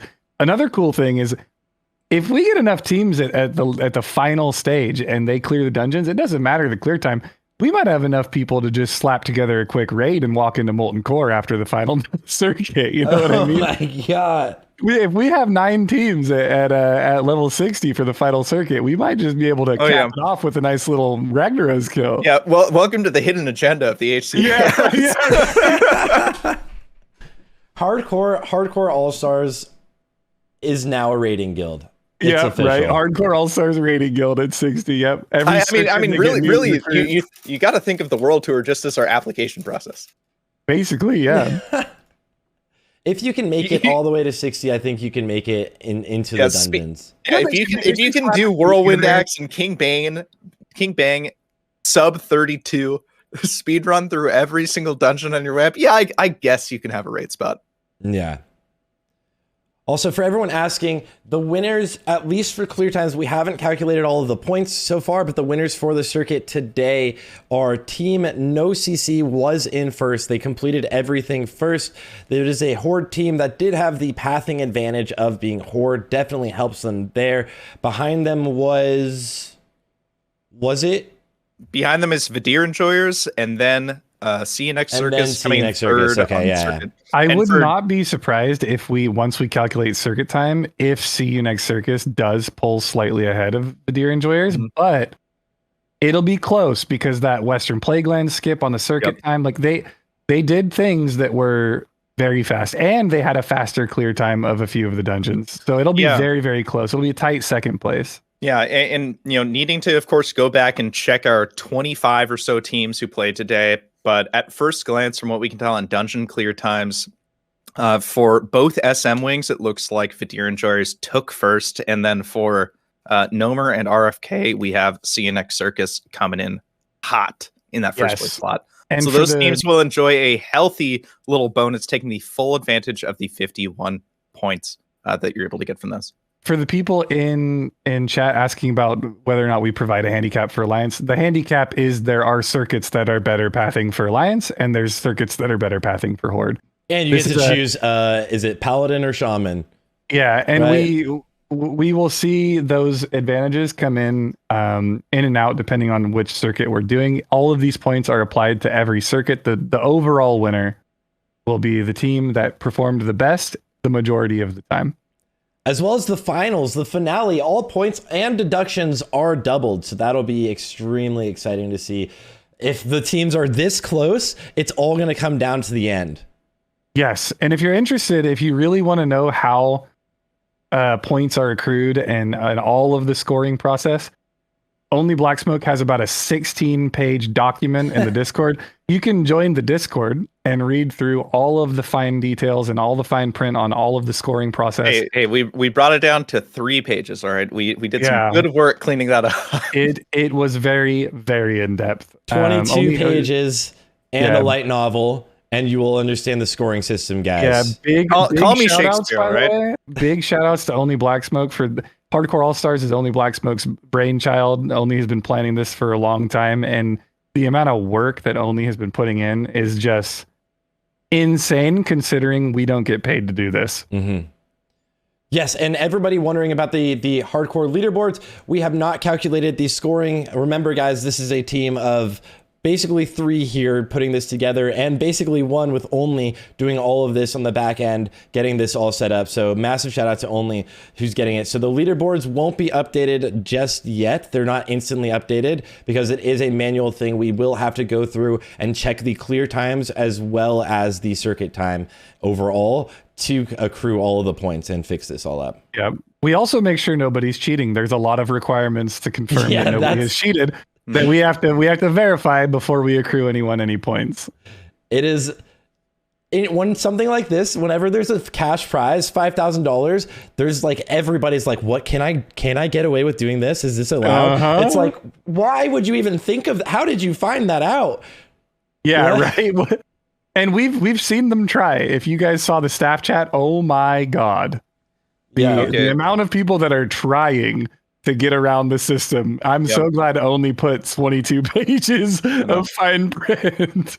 So I have a quick update. I actually learned that No CC is going to take top time for Nomer 1657 clear as opposed to Circus's 1718. Wow. No CC really showed out today. Magic resistance potion here on Zidane's team. Massive. Any sort of potion drop, any sort of recipe can be so huge, especially on your tank if your tank does have alchemy. So that's one thing that from See You Next Circus, that's their team is just all hoping to get really good drops. Swiftness potion drops, lip drop. Lip is going to be one of the biggest things that could possibly drop for Ompi's team. If they get that on Parla, it can be just huge for an AoE taunt and just save them. Yeah, the slime thing, unfortunately, the miss on the slime definitely hurt. Yeah, that's going to be a points deduction, my friends. And that's something that we saw. Cargos actually went back and soloed it where they had one slime left. Vadir Enjoyers you guys sat and drank waiting for the slime. So you're ready for the slime. Sat and drank there. So like it could have happened, you know? Cargos literally went back and soloed it. I just got a DM from Shoal. Shoal DM'd me all caps. Never die. 3 men left. We pumping. It looks like our good friends at the Pagel Pro Shop are going into Nomer right now with a 3-man team. Hell Smash, Shoal, and Dirty Baiter. They actually did complete Scarlet Monastery Library also with the 3-man team.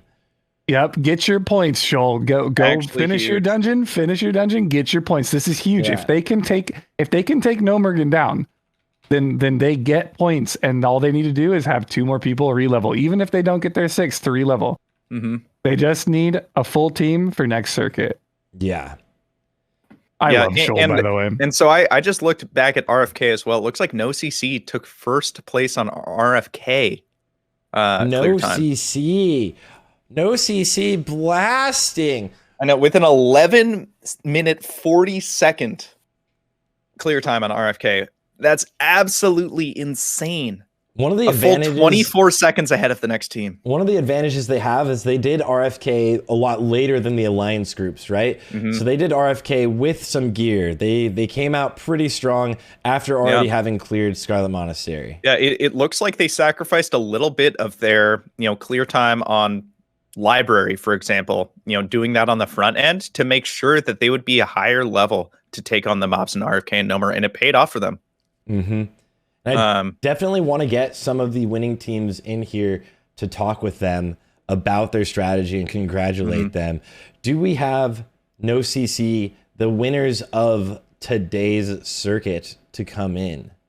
I can see them all huddled up in their own Discord. I can see them so all I'm huddled very sure up. they're available. Last week you got to talk to Bobka. I'm kind of curious to talk to Tactics, the other member of their stealth team, and kind of find out a little insider information about what happened on each of those stealth missions that they decided to work on. Tactics didn't do the stealth team. We saw Grays do the stealth team. Well, we got to talk to Grays already. That's true. Tactics. By the way, we've got to hop in. We've got work in progress. Just having finished as well. It looks like a lot of teams are getting through, finishing up Library after a long day's work, putting up the badge, laying it all down. Big grats to all of them. Yeah, congrats to all the teams that have finished already and all the teams that are participating. Let's see if this. And it looks like we've got Tactics here. I was told to join. I wasn't listening to them. Oh, hey, Tactics. Hey. Yeah, I said, but they would. Yeah, Tactics. We're hoping to get a little insider's scoop. Coming out with at least 2 confirmed dungeon first place spots and the fastest clear time of the day. You're not only a member of, we're pretty sure, the highest scoring team for today's circuit, but also a member of a stealth team. We saw a really cool performance in Nomer, but also what looked like a bit of a hiccup coming out in Graveyard. I'm kind of wondering, did you guys have to go bail out Bobka, Grays? Like what was the thinking behind starting that and then having the whole team rush in? Yeah, so with Graveyard, the goal was a stealth mission, but it kind of flopped, and they got seen like twice trying to do it.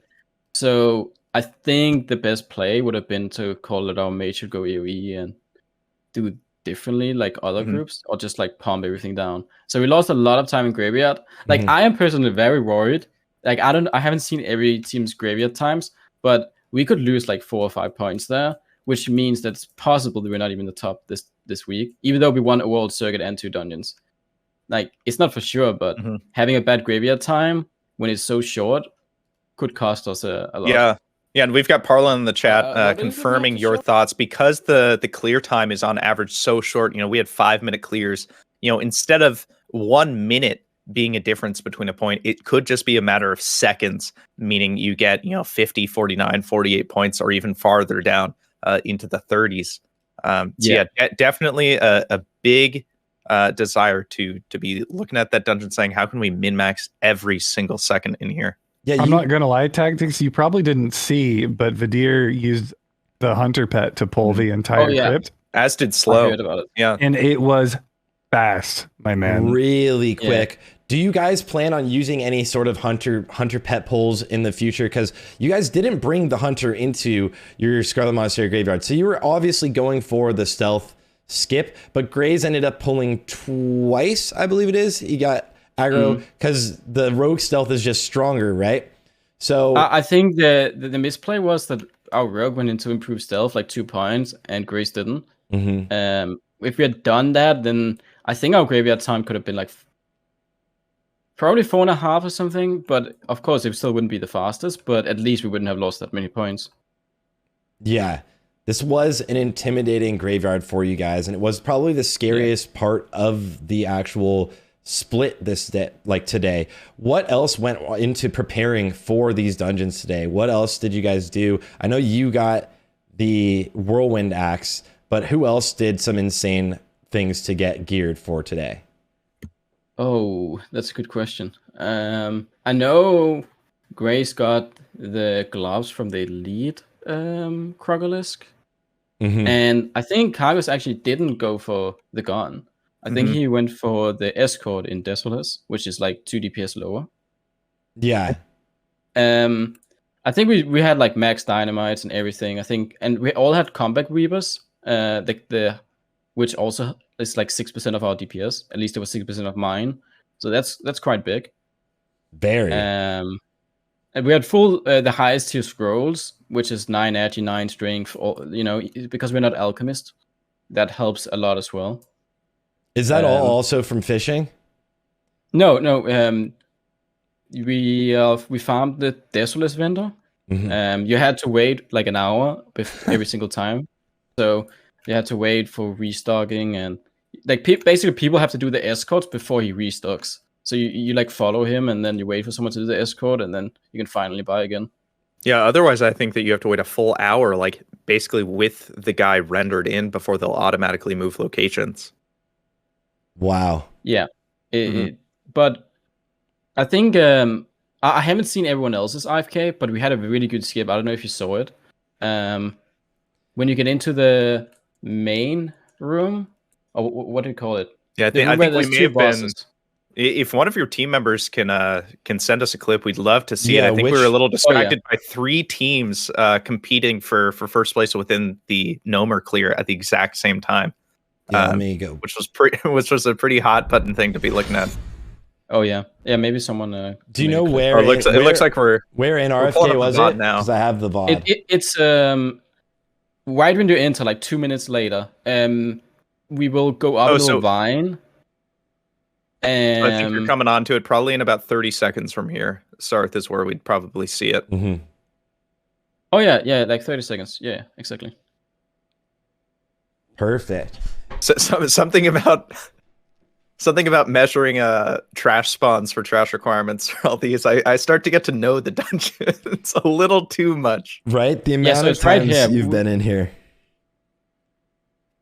Oh, so this vine right behind you guys. Up this vine, and then we jump over to the other boss on the other side. So we can skip like trash. This is actually something that I forget. Yeah, we saw Vidir Enjoyers did it as well. Do something very, very similar. And it looks So like Where's Kyle they only just had finished. to they only had to kill one side of the. Yeah, we had Where's Kyle just finish up. We've got Zug Life working their way through Library. Looks like we've got Goldshire Gangstas about halfway through Library, more than halfway, in really, really good shape. Easy Mage as well from what team? Really, really good job here with these skips too, and you guys are able to just pull it off so well, and then just get the trash. Because I saw a lot of these teams, you guys all like front loaded a lot of the trash as well, and then dealt with other things later. Do you need to use a potion to make that jump, or are you able to just make it for free? You can just make it. We just did it for safety. Yeah, I mean, no CC is if 5 people try, one guy might fail. Yeah. So. Tactics, one thing I'm really curious about, I remember you guys are engineering enjoyers on your team. You've got a couple of alchemists in your healing classes, right? So that they can guarantee have some mana pots. But the rest of you going engineering, I know that Cargos was really heavily debating sappers, looking at the Goblin Mortar. Tell us about some of the profession tech you guys tried to make use of, and how effective you think it was. So I don't think we had sappers this week, but we were using target dummies, we're using nades, we're using the mithril mechanical draggling, and they were using the target dummies are amazing because you can do a big pull, target dummy, and then nade everything down. It's so much safer. You never feel scared when you have these target dummies because we have a target dummy every 40 seconds because we have 3 engineers usually. So it just helps a lot on. Yeah, you just don't really feel scared, when you have that target dummy every 40 seconds. It feels like it has like 2,500 health. It feels like every team is making use of target dummy as probably their most useful profession, their most useful CD. It's an offensive and defensive CD where you can now use it to pull way more than you would expect instead of only saving it for when you accidentally pull too much, which is something that you usually do when you're leveling a hardcore character, is save it for when things get sketchy. You guys are probably, and what we've seen from every group, including Vidir enjoyers, is using it as an offensive CD. Have you guys planned out your routes through these dungeons? That's one thing I know a lot of the teams are going through. Or are you guys just we're just going to keep going fast? We're just going to go fast. We don't practice on other tunes, but we do run the dungeon on a 60 just to see the trash requirements and all that. But I know some teams, they level characters and then they actually go in there at the correct level to see what pulls and whatnot.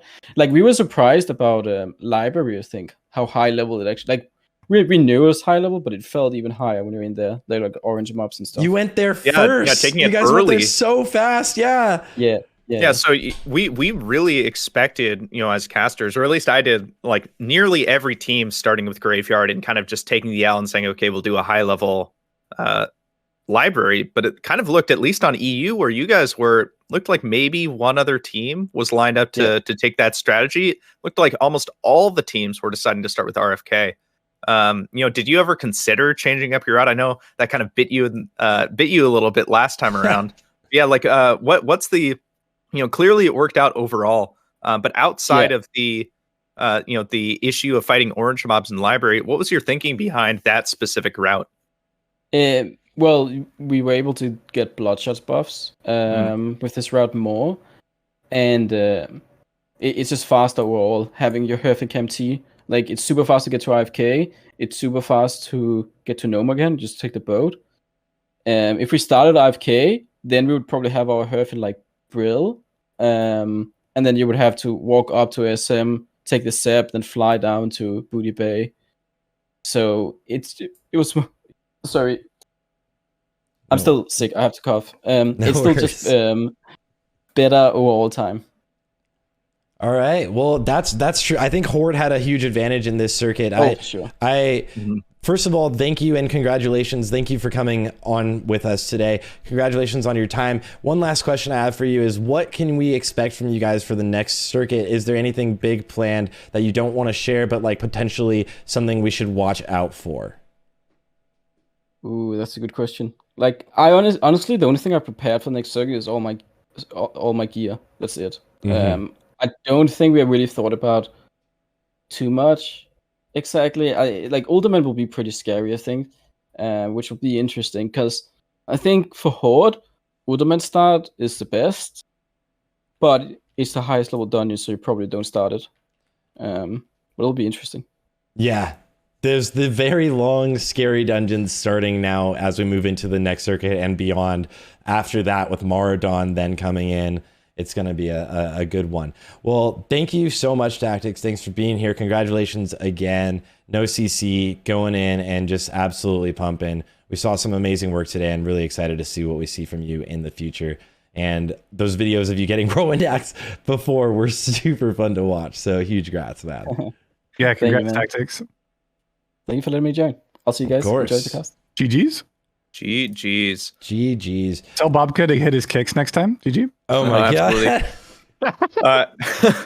And it looks like we've actually got Dax as well from Snakes, one of our Whirlwind axe enjoyers in the waiting room as well. We're going to pull him in, hear what Snakes had to do. Really making a big jump from kind of middle of the pack to a pretty clear front runner.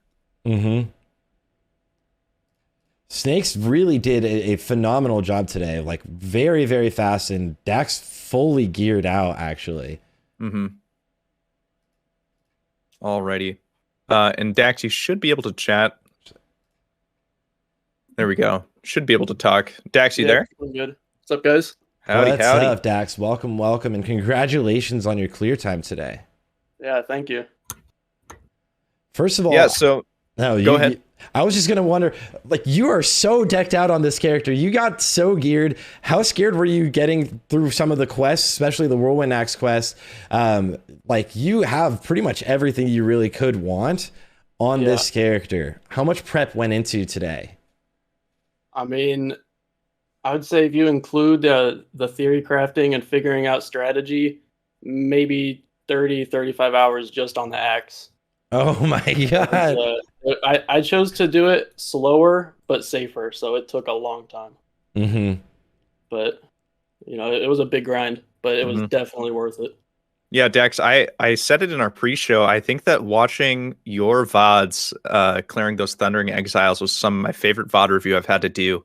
Just the amount of consideration that went into all of those pulls and just the strats was insane. Honestly, I'm very proud of that tech that I came up with. Very proud of that. It was, and when I'm doing stuff like that, I'm like really, really calculated about it. So, absolutely. And Sarthe, I'm going to try and pull it up for you here. Perfect. I never felt at risk doing that because I'm just like always calculated. I know the exact risks. I know how to mitigate them. Mm-hmm. And honestly, the risk level was not even high. Your team did a good job of having everybody seemingly very geared, and you guys kind of even did faster this week than we saw in the first split. Did you guys put more effort into this second split, or did it just work out that you guys had a better clear times than last week? Well, I think we just had better. See, Circuit 1, like, there's not really an insane bow you can get or an insane rogue weapon, really. Mm-hmm. The only insane weapon we could get was the Stalvin Axe, which I got. So I think it was a matter of weapons, really. Our damage was just so high from the Master Hunter's bow and my Whirlwind Axe and the Rogue. Our Rogue had good weapons, too. Yeah. So I think it was just a matter of our weapons, really. Yeah, I loved it. I really enjoy watching your team. You're just consistent, which I like a lot. Yeah, I have a lot of respect for consistency, and it's going to be sick. I saw your chat earlier. I've been lurking your guys' streams this whole time, and they said see people talking to my chat. They're the old guild mates. This team, we all used to be in a speedrun guild back in. That's sick. Classic. I love the confidence too. Like someone in your chat said Dax interview win, and you said when we're one of the only 3 teams in the last circuit. Yeah. Which I really like though. No. I like the confidence. It's good. I like that you're planning ahead for the future. I like that you guys are you're playing the long game here too, which is important. What threw up your Curse of Agony looking dot on these Cresting Exiles? Okay, so Morbent Fell, the level 32 elite. And, so you get an item when you kill him, and it's a 1 minute cooldown held in offhand, and you can use it to instantly leash. Oh my gosh. That is actually so amazing. Yeah, that's how paladin tanks make pulls, right? In classic, if there's any off meta kind of paladin players, they usually keep that for the entirety of the game. I want to keep these mobs like as far away from me as possible, and if I have to stop to throw a knife, then they're just going to gain more distance on me. So I chose to use that. Yeah. How long did it take you? How many hours do you think it took you to get your Whirlwind axe? Oh man, I don't know. 30 maybe just from the grinding, and then I used a ton of materials from engineering. Yeah, I can back up Dax. About half of that VOD review was just flying back and forth from Ironforge, so we could craft more like target dummies, more companions. It was only wild. Had to go through all of it. He literally was like, I have to make at two times speed. I have to make sure no one ever groups with you, right? I have to make sure no one's helping you get these kills, so that you are clearing it all yourself to verify. Yeah, I killed every 120 water elementals myself. Wow, massive congratulations. I'm curious, what if you guys have like any crazy strategies or any preparation going into the next circuit? Is there anything you plan to do, or is there anything we should be excited to see from you guys? We got 3 weeks, so we should be able to cook something up. But for the last 2 circuits, I'm sitting there on the Friday night before going through the dungeon and just saying like, okay, we're running this way. We're just going to hold W. So and it worked. You gotta love it. Plans. Yeah, I mean, I was saying before we dragged you in here, I think Snakes was definitely, in the top half, but you guys are on a bit of a come up, so we're really, really excited to see what you bring to the table in Circuit 3. Yeah, we're excited too. Yeah, great work today. Thank you for coming in here, and I'm just super excited. You guys like blew up today. It was so fast. It was such good clear times. Everything. Yeah. The Whirlwind axe really did pump. The Hunter bow pumped. You guys are just blasters. So really hyped to see what you guys pull off in the next circuits. So good luck again, man. Thank you so much, Dax. That was wild. Snakes. It looks like we have a death clip that Jerome just sent in. It's a very close clip. Oh, okay, let's see. I don't know why was Table Slam in the dungeon alone? I think he might have I think he's teleporting out afterwards. Yeah, I think he had left, but he was planning to so much Voidwalkers. I think he went back to loot something or something. I might fucking die right now, boys. Yeah, I'm not sure why he went back. Library just has some really, really fast respawns. He just used Light of Elune. Oh my god. So that's a big cooldown that I know. That's a big cooldown that Table Slam is not going to have. What were you doing in SM still? He's got about 7% HP. He literally there was a miss. There was a miss in that last second. From the back too. Oh my god. That's so terrifying. I cannot believe. Might have to LOE. So much Voidwalkers. And it's just like, why are you there? I might fucking die right now. Library was very fucking scary today. Library is higher level. The monks hit super hard, right? Like I dropped to 18% because of those monks. It was terrible. Yeah, fucking made it so out. That's another thing, Dax. As you guys were getting ready to fight, before we let you go, so you guys were getting ready to fight that last boss, Arcanist Dome. Your health was ping-ponging back and forth. Oh my god, that was we were pretty worried for you. We were on the edge of our chairs, wondering, okay, I think these guys are the ones who really need a health heart rate monitor. Yeah, I really want to go back and watch that. You guys were ping-ponging, like, all right, target dummy, all right, the hunter grabs aggro and tries to LOS, you grab aggro, try to LOS, the casters, the monks, multiple monks, that was in like, paladin low on mana, no mana. That was wild. That was honestly one of the craziest pulls today. That was one of the scariest pulls we saw today, outside of the deaths we had. No mage on those big pulls is a little awkward. Yes, but absolutely. Hey, you guys made it look easy. Yeah, go Team Snakes. Oh, absolutely. Yeah, well, thank you so much again, Dax, the Whirlwind Axe Enjoyer from Team Snakes for coming in. We really appreciate your time, and best of luck in Circuit 3. Yeah, thank you. Yeah, I'm spamming your Twitch in the chat for anyone that wants it. Make sure to go and check it out, guys. Go check out Dax. Do we have anyone from Vadir Enjoyers? We've got Belvedere, who I'm about to bring in here. Nice, Big Belv. Big Belv. Let me just make sure they've got the ability to speak here. There we go. Phenomenal run. What's up, Elv? How are you? I'm good. I'm good. You had some of the craziest prep, I think, that we were able to see on your rogue for today's circuit. Can you kind of like break down a little bit of some of the things you did to prep for today? I spent 48 hours played in Decimus. I have probably about 2 days camping the Basilisk, pretty close to 2 days, maybe like 38, 39 hours. Just camping the Yeti. The Yeti was actually the easiest mob to get for me. I got his timer just like randomly fishing in Alterac, and then I just killed him until I got the dagger. The Nimrod, I was just checking him and Korvac like constantly for the whole 2 weeks, but it was pretty crazy. Our team was doing something that I don't think anyone else in the circuit was. There is 2 neutral Kolkar camps in Decimus, and there is a chest spawn in those 2 camps.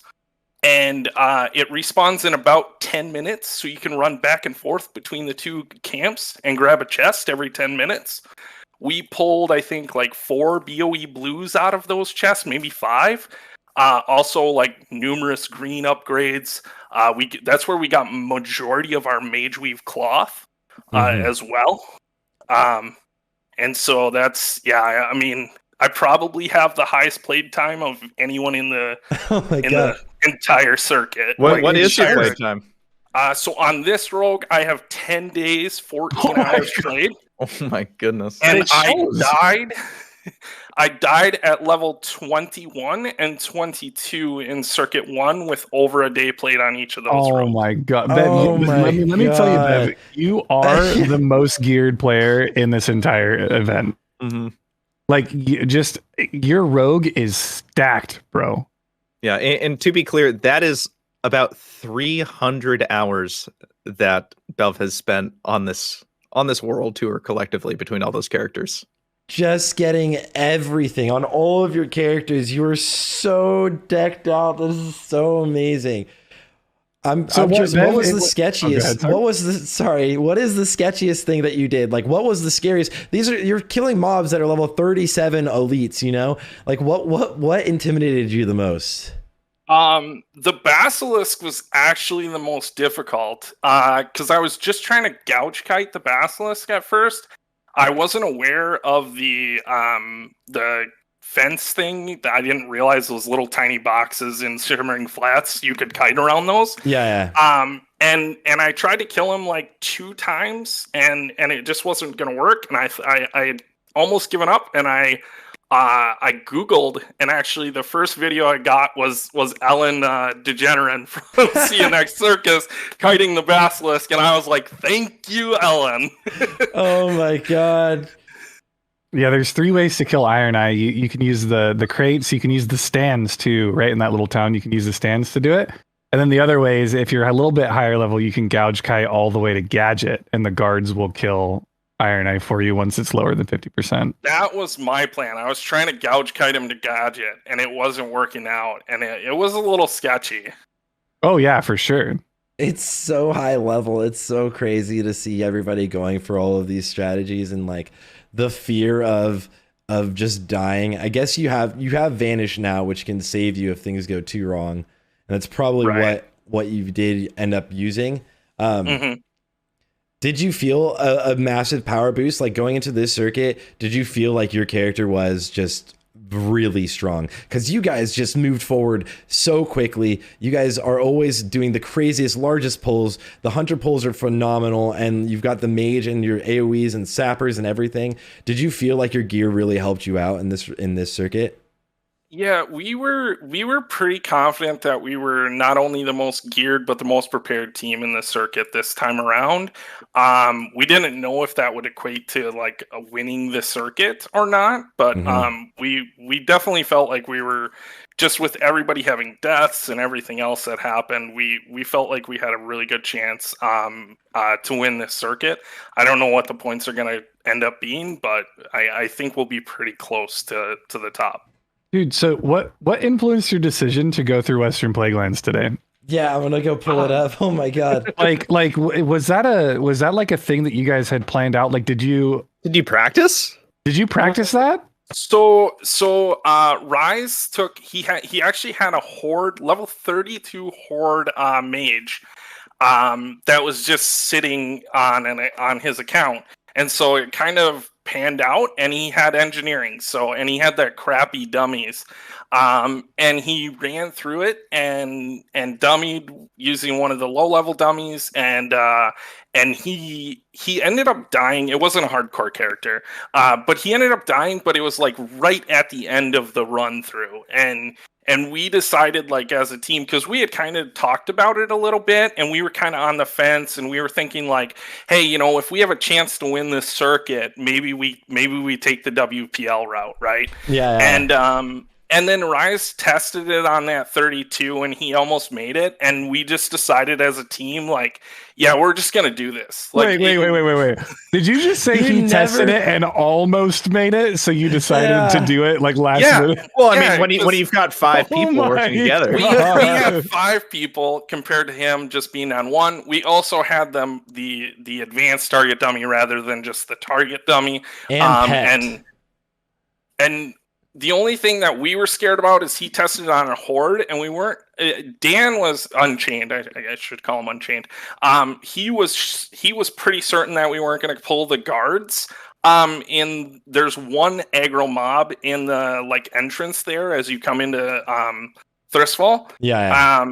And so you can pull that mob, but he said that he had done it on a low level character before and didn't pull it, so we just went with it. Dude, this is just like, you know what? I agree. I agree. Yep, we're gonna do it. This is why I'm a Vidir enjoyer. Let me tell you, like, this is the. It's like, oh, you died, but only just at the end. Yeah, we can definitely make it. Yeah, you almost made it. Yeah, let's just go do it in the middle of the run. No problem, guys. Let's go try it. Yeah, I gotta say though, you entered Scarlet Monastery minutes before either of the other teams, Snakes or Circus, with whom you were neck and neck with prior to this move.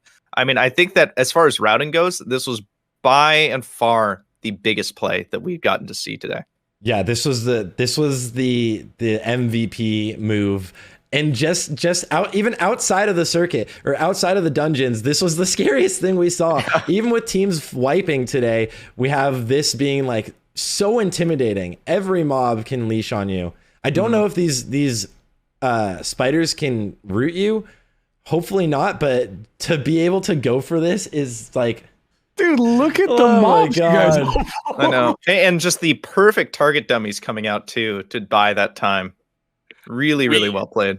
We did check the spiders before making the call, and they do not have a web. I don't know if we would have done it if they have a web. Mm-hmm. Yeah, that would have been like instantly so scary. And then you don't have the mob that can leash on you guys that you run by, the horde mob. So that was massive. I remember watching this. We were all so excited, and like literally everybody was like freaking out. Well, I mean, there were teams like actively clearing dungeons, so we're like, nope, we have to watch this team literally just walking to Scarlet Monastery. Yep, that, and then Chippo pulled the hunter pet to in graveyard, and that ended up being the fastest way of doing graveyard today. Yeah, we only saw one other team make that same move, and it worked out flawlessly. Yeah, you guys, your guys' graveyard, it was like 2 pulls almost. Yeah, it was like 2 pulls. That's what we wanted to do. Like, our initial plan going in was to 2-pull GY. And it ended up being like I think it was about 3 pulls. Yeah, because we were taking more damage than we had expected, and we had a lot of elite mobs in the courtyard. I think when we practiced, we didn't have like any elite mobs in the courtyard, and when I say practice, I mean we ran through on our 60s. Yeah. So so we were planning on pulling the whole thing, but then we had a lot of elites, so we made the call to stop. Yeah, if anyone doesn't know, that is completely RNG up top, which made it very confusing for making the trash requirements. But all of the packs up top can either be, God, the Feigned Death is so intimidating. All of the packs up top can either be 3 non-elites or an elite mob. So it's it's very nice if they are the non-elites. You have more mobs to fight, but you clear your trash requirements really quickly, and they just don't hurt and they die so fast. Yeah, the teams today, the top teams were doing sub 5-minute graveyards. We'll just leave that sub there. 4-minute graveyards. Yeah. So Chippo, I think they got 424, and then Vadir got 354 is what Parla's saying. Yeah. It's so fast. But both teams like going for just like blasting through it. We did see a team, no CC, went for a stealth skip here. And it ended up not working out for them. They did have their druid did accidentally pull things, so the entire group had to go in and kill the boss anyways. But their plan was for everyone else to clear all of the trash up top, and the 2-man stealth team just go and kill the boss. You guys haven't done any sort of stealth team operations. You obviously don't have the druid. I don't know what your backup character is. It's a druid. Oh, it is a druid. Okay, so yeah. So do you plan on doing any sort of stealth team skips eventually, or are you just saving it for more of the druid can be amazing, versatile with the like obviously being able to tank at times and heal at times? So we were actually going to do a 2-man Nomer this time around, but it was going to be me and Unchained. It wasn't going to be our druid.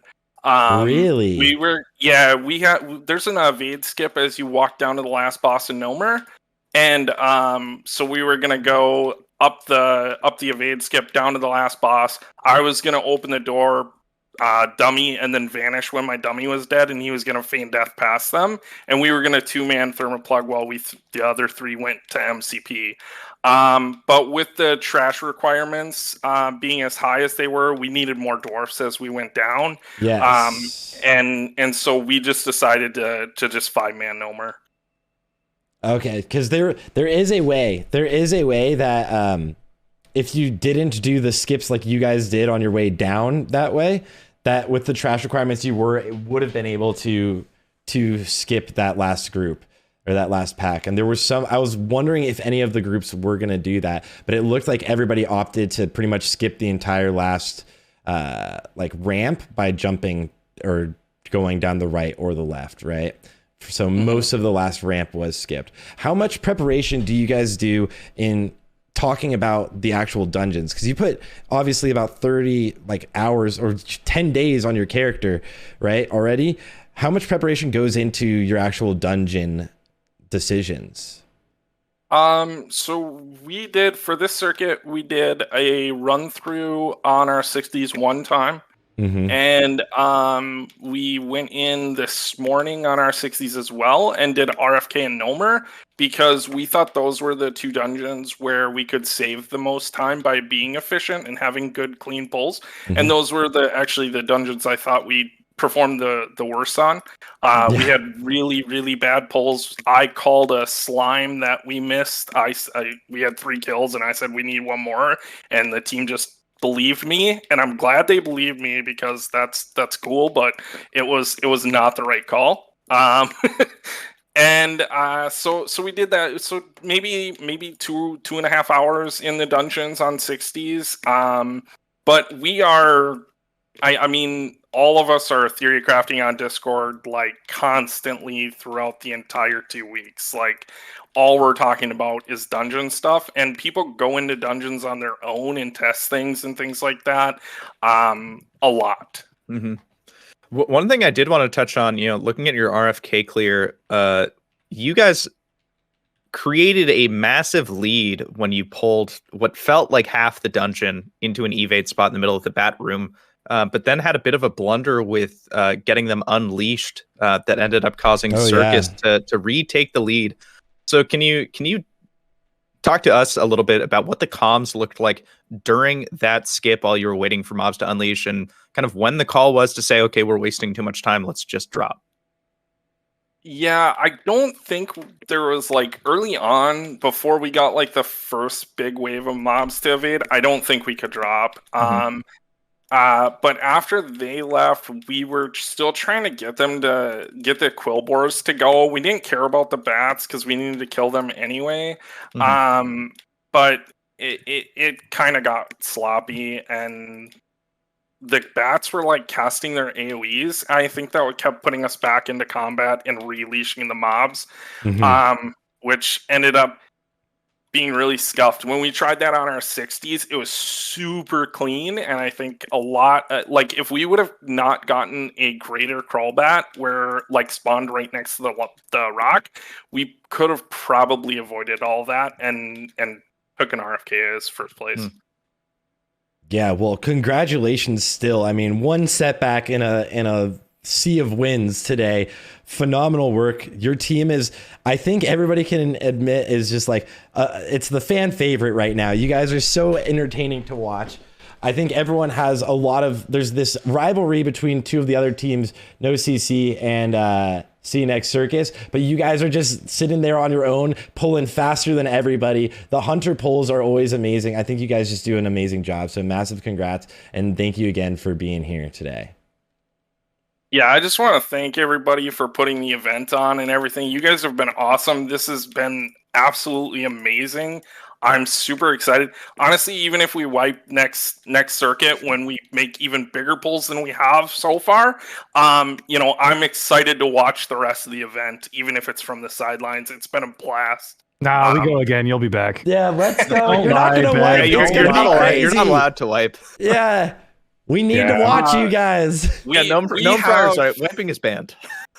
We have a massive pull planned for next circuit, and it's gonna get spicy. Let's just put it that way. That's what we want to hear. Yeah, absolutely. Well, we'll be glued to you guys. Thank you again for joining us. Yeah, massive no problem. Congrats, Vadir. Enjoy yours. Appreciate you. Alrighty. And I know that we've got one more person lined up to jump in here with us and give a bit of an interview, but I wanted to first give us an opportunity to circle back to a couple teams still in dungeons. We've got Zug Life about to finish up SM Graveyard. They started a little bit late, but Graveyard is their last dungeon they're doing today, I believe. They were in the top 10. It looks like they're moving a little bit slower today. Could be, again, because they had to start the circuit late due to some IRL issues. But they're making steady progress. And then I think the big one for today, we've got from Shoal's perspective, Shoal, Hell Smash, and Dirty Randy still going strong. 3-manning Nomer now on Crowd Pummeler. Let me pull that up for everybody to see. 3-man in Nomer on Crowd Pummeler. Let's go. And then we've even got a Showbucks team making their way through Nomer as well as a 5-man, taking their time, getting through. It looks like they actually just finished. So yeah, they're done. So they've just finished their circuit. Showbucks already loading up CSGO, doing a little pastime relaxation. Oh, the old Bankai boys. Big shout out to Bankai boys for making it through the circuit as well.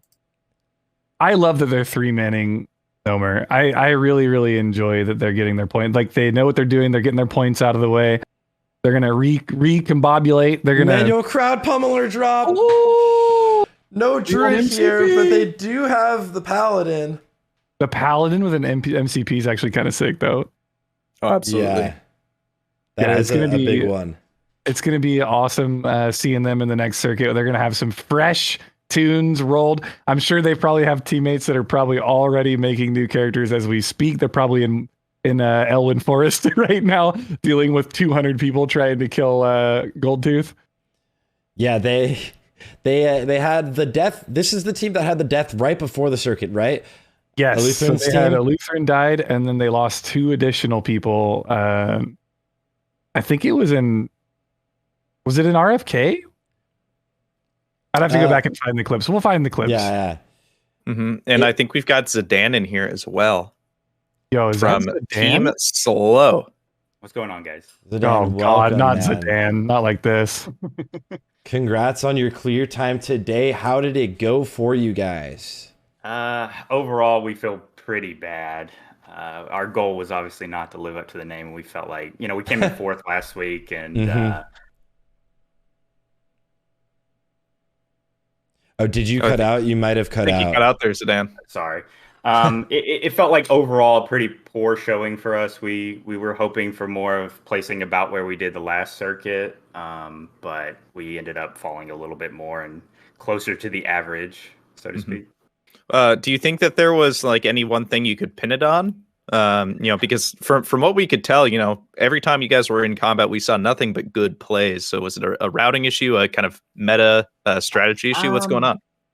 Well, so probably the most unique aspect of our group is, for those of you who don't know the group members, like we are veterans. This is me, by the way, trying to loot to get my trip runners. That did not end up happening. I couldn't re-loot it, and it was something to do with the group. But no, yeah, right.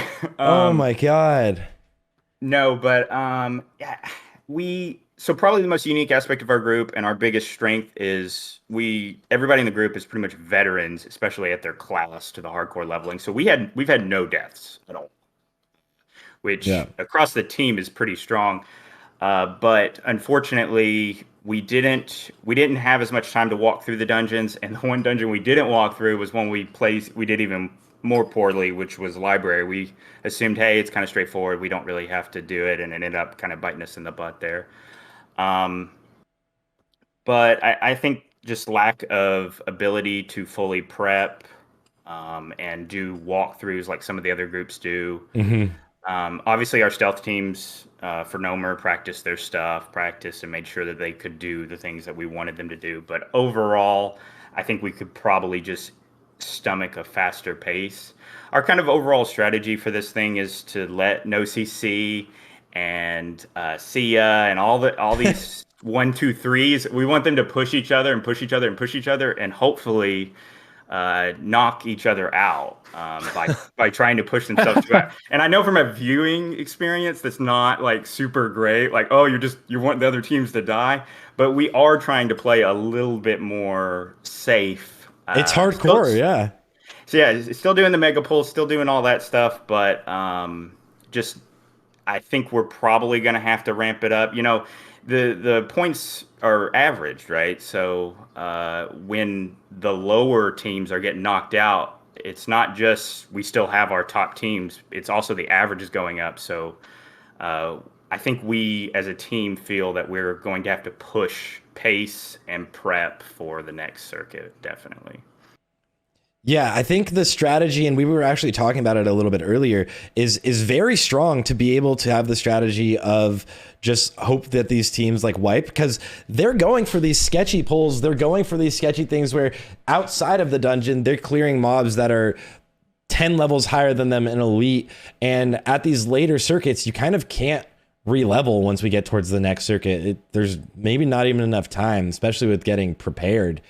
Do you think that your strategy will pay off in the end? And are you guys outside of the actual circuit themselves also doing the big pulls and like big scary elites to kind of get your characters all geared up? We're definitely, I mean, I did Big Game Hunter, and Calyx was on his way to get Whirlwind Axe, but unfortunately, was griefed by the experience bar.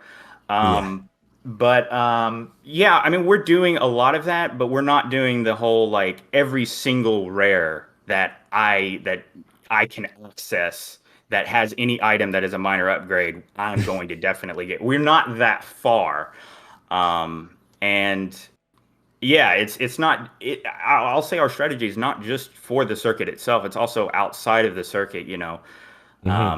The questing zones just get harder. They just get more dangerous. These rares, they get more abilities. The surrounding mobs get, specific things you have to care about. Everybody knows that, when you're killing rares in Hillsbrad and Alternate Mountains and even Thousand Needles, it's a lot different from killing rares in Feralis and Fellwood and, Western Plaguelands. So those difficult mobs and those difficult strategies we're kind of hinging on them making missteps and the mob's difficulty being increased both in and outside the circuit, being able to capitalize on those missteps and hopefully, if not full take them out, obviously just hamstring them and they're hastily having to level up. And which lowers the quality of your gear and your prep and all that jazz. Yeah. So definitely trying to make sure that you put survivability first and foremost. Saying we're competent in our ability to stay alive. We're competent in our ability to clear the content. Just finding ways to routinely add in a little bit more min max each passing week. Yeah, I want to set up my death clip in a couple days really well. No, I appreciate that. I appreciate that. Yeah, please set it up. We're Very playing nice. it safe. We're definitely not going to die. None of us are going to die. We're all playing it so that we're all hardcore veterans. We've done this. Calyx knows this so well. We all know it so well. You know it so well. And then the death clip next week. Yeah, right. Yeah, we had moments where we were talking about strategies and how risky we want to be, and everybody was like, "Oh yeah, just be safe." And then I was about to do King Bang, and I was like, "Yeah, I'm gonna go. Everybody be safe. I'm gonna go kill a question mark elite. It'll be fine. Don't worry about it." Yeah, exactly. You're a hunter, you know. It's fine. Yeah, that's true. That's true. The rules don't really apply. But, I feel like some of the Panthers are scarier. Like the Panther boss is almost scarier than King Bang, because how do you even get that boss to a place where you can kite it forever? So yeah, so the path has these. If you remember during some of the stretches of the path in Stranglethorn Vale has like these pillars, like they're like runes things. Mm-hmm. So there is like a U-shaped one at one of those, and King or Bagtherodon or whatever, it's about 3 gorillas and a tiger, and then his spawn is there. And I was out there for over an hour because he has 3 spawn points, and people are constantly. So a couple of times I'd be like, okay, oh, he's at the spawn point. All right, start killing. Oh, okay, just some level 40 just ran over there and killed him. Like, yeah, okay. So I was just having to camp out there, and eventually I got it, and I actually had to do the pull scuffed a little bit, and sidewind some respawns because my ability to kill 38s is so slow that I started getting respawns when I was ready to finally get him. I also killed King Bang with a Shadow Maw Panther. I had no idea he was in the group. He was stealth, and he never got to me because the entire time he technically was there. He was there, yeah. And I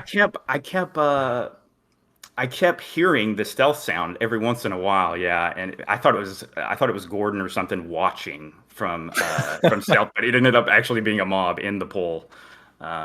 So we're definitely hinging on the dangerous, but not very dangerous, I guess you could say, and that obviously costs us time in some ways, but is a insurance in another. It's a strategy. It's the long term. This is a marathon, not a sprint. Everyone needs to remember there's 5 circuits here, and there was like at least 5 teams, maybe more, that died while leveling up to even get prepared for this circuit. So I think you guys have a very good, solid strategy to not underestimate hardcore in classic World of Warcraft. And when I crafted the team, that was the overall thing. You know, I mean, every single one of these guys is like veterans to not just hardcore dungeons and and just playing at a higher pace, but also a leveling. You know, Ash has done every flavor of mage, every achievement of mage, and then obviously Gordon is the feral god. So yeah. I've leveled like 2 hunters, and I'm on like the lower end of experience in the group. So yeah, you guys this is an extremely hardcore veteran team.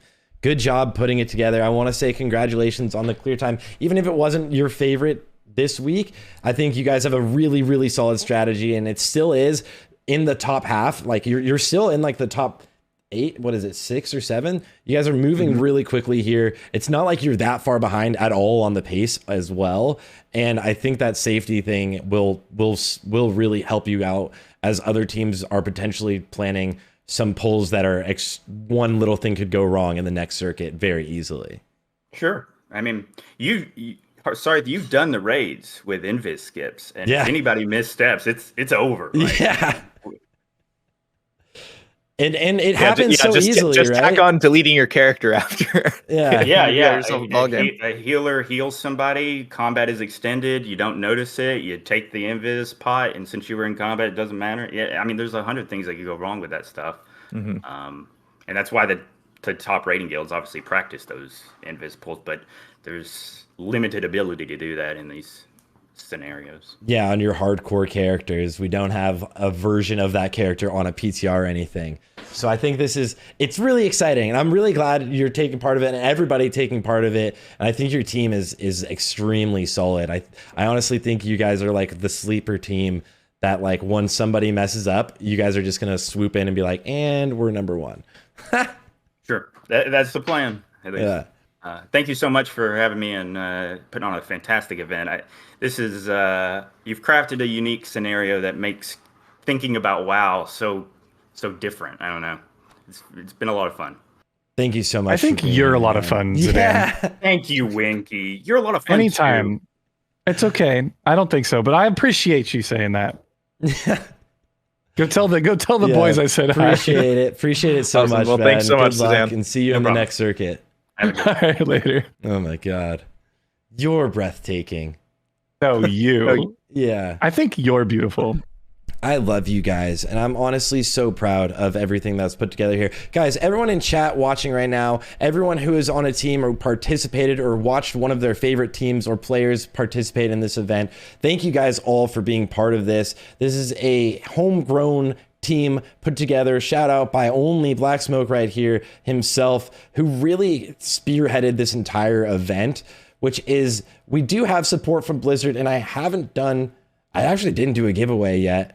Not yet, no. It was too high action today. I was too excited. I forgot to do a giveaway, guys. Everyone blew through all the stuff so fast. I know. Oh like I didn't think that we would be live for under 4 hours. Some of these teams finishing up about an hour into it. Well, do you want to do a giveaway? I do. No? Let me log into Nightbot.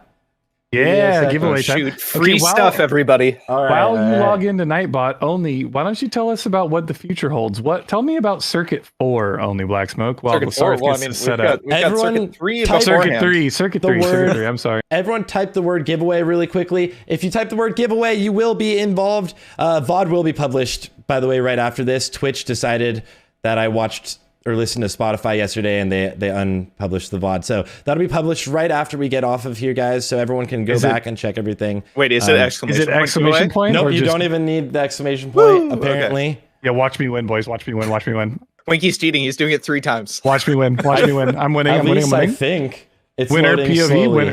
Winner POV right here, live on camera. Yep. But yeah, so we have got 3 weeks until Circuit 3. It's going to be our longest break between circuits. I mean, people are really getting into the end game here at level 43.5, but we'll be returning on April 15th for Circuit 3.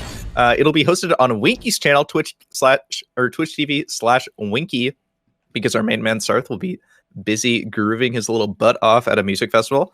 Yeah. Very excited for you, Sarthe. It's gonna be a fun so weekend. Winky and I believe this is confirmed, will be joined by the one and only Jordy and Stay Safe. Not Stay Safe. Willie. I'm sorry, Willie. Yeah. Willie E and Jordy will be joining us to give you live coverage of Circuit 3 at, again, twitch.tv/Winky. I'm super excited for it. We're going to be racing through SM Armory and Cathedral, Razorfen Downs, and Oldeman, all at level 43.5. Make sure you tune in. It should be a doozy of a time. I expect it to be a little bit scuffed because I'm not Sarthe. And I don't have a 2 PC setup, so we're gonna do the best we can. It's gonna be fun. I'll get hard carried by Jordy and my good friend Willie, which I'm super excited about. Mm-hmm. Yeah, that'll be really fun. I wish it's gonna be a very fun desk, a very fun competition. I see people saying Oldeman's gonna be spicy. We could not agree more. Winky, I know that's I think your favorite dungeon you're excited to see here. Yeah. So I've been saying since we started talking about the World Tour, I wanted to see what teams could do with Oldeman, because there's a backdoor, right? Which is insane already. The fact that you have a backdoor and one of the hardest, most interesting dungeons, in my opinion, in Classic WoW, it's going to be dangerous. Plus, the maximum level we're allowing people to come in at is 43, and the last boss of Oldeman is like 49 or 47 or 40. It's high, okay? Yeah. That is a scary dungeon. That is a big one. But honestly, I think the Scarlet Monastery major pulls, I think that's going to be the scariest thing, is seeing people go into there and potentially pulling the entire dungeon with all of the bosses. Like you were mentioning earlier, that we might see some teams go for something that's so ridiculous, but such an insane time save, but they could easily lose their entire team and lose it all there. Yes, and we will get you all of those clips that you can watch while you're dancing your booty off at a wonderful concert. Sorry. Yeah, I'm gonna phone in while I'm intoxicated. But you know what? Yeah, come in to chat on your phone, and we'll do a Sarthe interview while you're drunk. How about that? Yeah, I'll have to say hi. You know, it's gonna be a good time. I'm sorry, I'm gonna miss that for everybody. But it's time to do a giveaway, and I decided we're not doing a heroic edition. We're gonna give away an epic edition of World of Warcraft. Oh my goodness. The highest you can get. I don't even know everything. I should look it up and see everything it comes It's a with. long list. It's a long list. You get a ton of free stuff. You get free time in the game. You get free boosts on your characters. You get pets, mounts. You get everything you could ever want. Absolutely. An epic edition. Watlika hypes in the chat.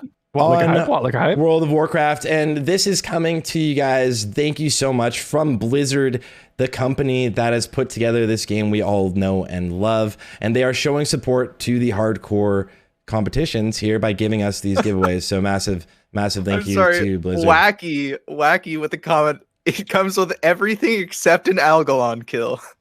That's kind of true. You have actually, to earn kind of that based. one for yourself. You have to earn that one for yourself. But here we go, guys. Let me go to a full screen so you guys can all see the little wee woo giveaway thing. Wee woo. And we're gonna roll it. Yeah, watch me win. Watch me win. Although, one caveat though, I have to say this: if you win from the EU, it will be a heroic edition because I only have EU codes for heroic edition. They're separate, and it's. Are any scammers in the chat? Scammers? No, I'm sorry. But like, I just have to say it before I do the roll, okay?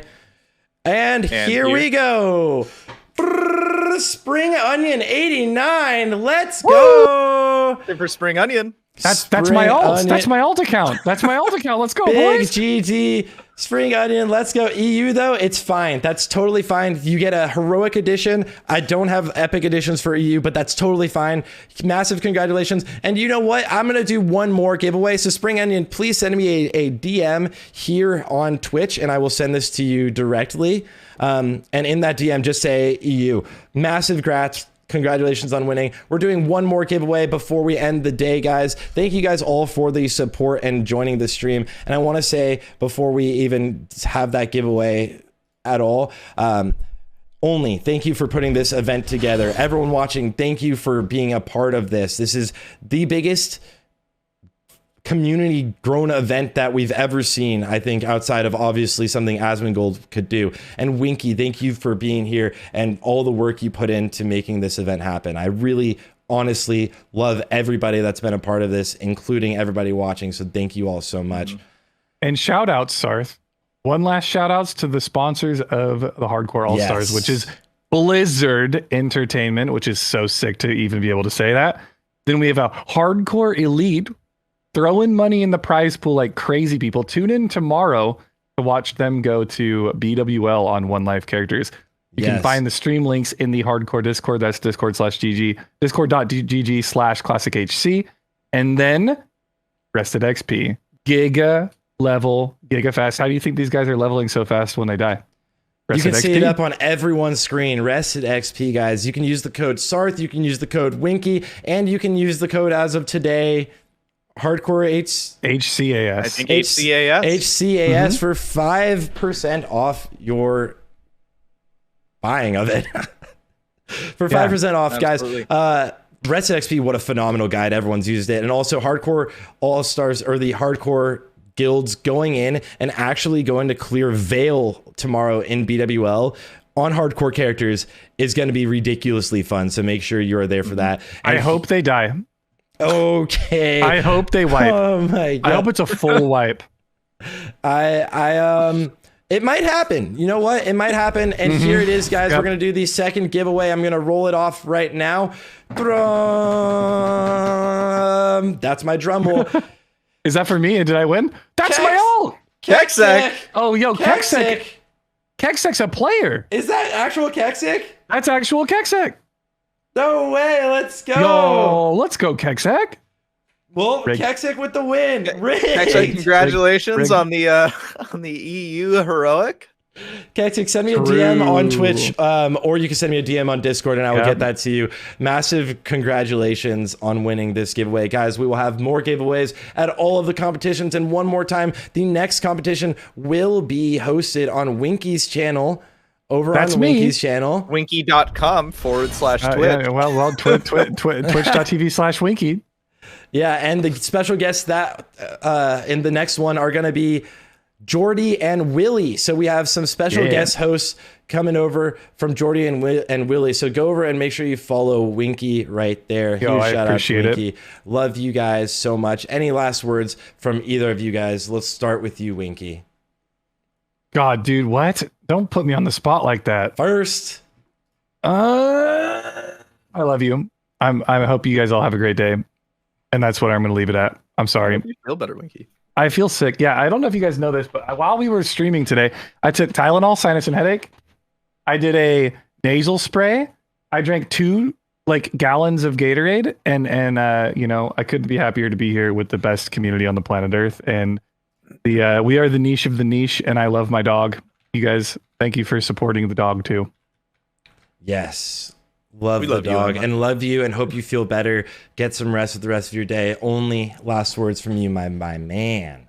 I just want to thank our development team. It really takes a village, if not an army, to put on this stuff.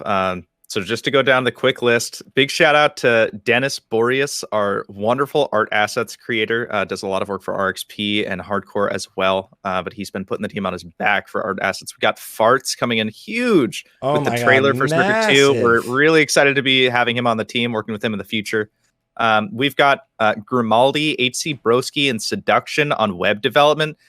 Really incredible work that they've been doing day and night. Massive shout out to them. Then we've got Maui, who made us our new weak aura and is going to keep pushing out massive improvements. Big shout out to Maui. We've got Glitch and Pialin working on dungeon draft tool updates coming to you guys. Next up will be April 8th for another, I think, Road to Deadmines, which is exciting.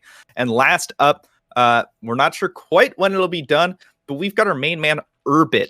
I don't know if Urbit is in the chat, but Urbit is the creator of the classic Bestiary add-on, and Urbit is creating for us an HCAS World Tour add-on that'll track verification and dungeon progress, even being able to create a world map to follow teams live as they travel around Azeroth. So just huge shout out to our development team. We couldn't do without you guys. Honestly, everyone who's been involved and who's given up their time to help us out with this, unbelievable. Thank you. This is a grassroots effort that is so ridiculous. That is so amazing. The development team, you guys are unbelievable. Everyone who's a part of the hardcore community, I don't think anyone in the community can't thank you enough for everything you guys do. So thank you all for being here. The hardcore site is HCAS, HCAS, sorry. It's called hardcoreallstars.com. You can see the leaderboards there, as well as you can also move through it during the live stream with us here, or you can go through it there as kind of like a Netflix of sorts. You can find all of the teams and streams from all of the teams. So huge grats one more time to all of the victors and the competitors of today's competition. I hope to see you all in the next one. Please don't die. Great work. This VOD will be published literally right after we get off right now. And one more time, Only and Winky, thank you guys for being here with me. Have everyone else just have a phenomenal weekend. Please don't die. Thank you, for the love of God, don't die. Also, chat, give yourself some love too. We love you, chat. Thank you for being here and supporting these events. We wouldn't even be doing this if it weren't for the community that enjoys hanging out, watching, and participating. So appreciate you guys. Yes. And last time before I go, I have to say thank you guys to everyone who followed and subbed and gifted subs today. I really appreciate it. Obviously, I turned off the notifications, which were on for a little bit of the last stream, but we didn't want anything intrusive. So I love you guys and have a good weekend. Bye. Bye.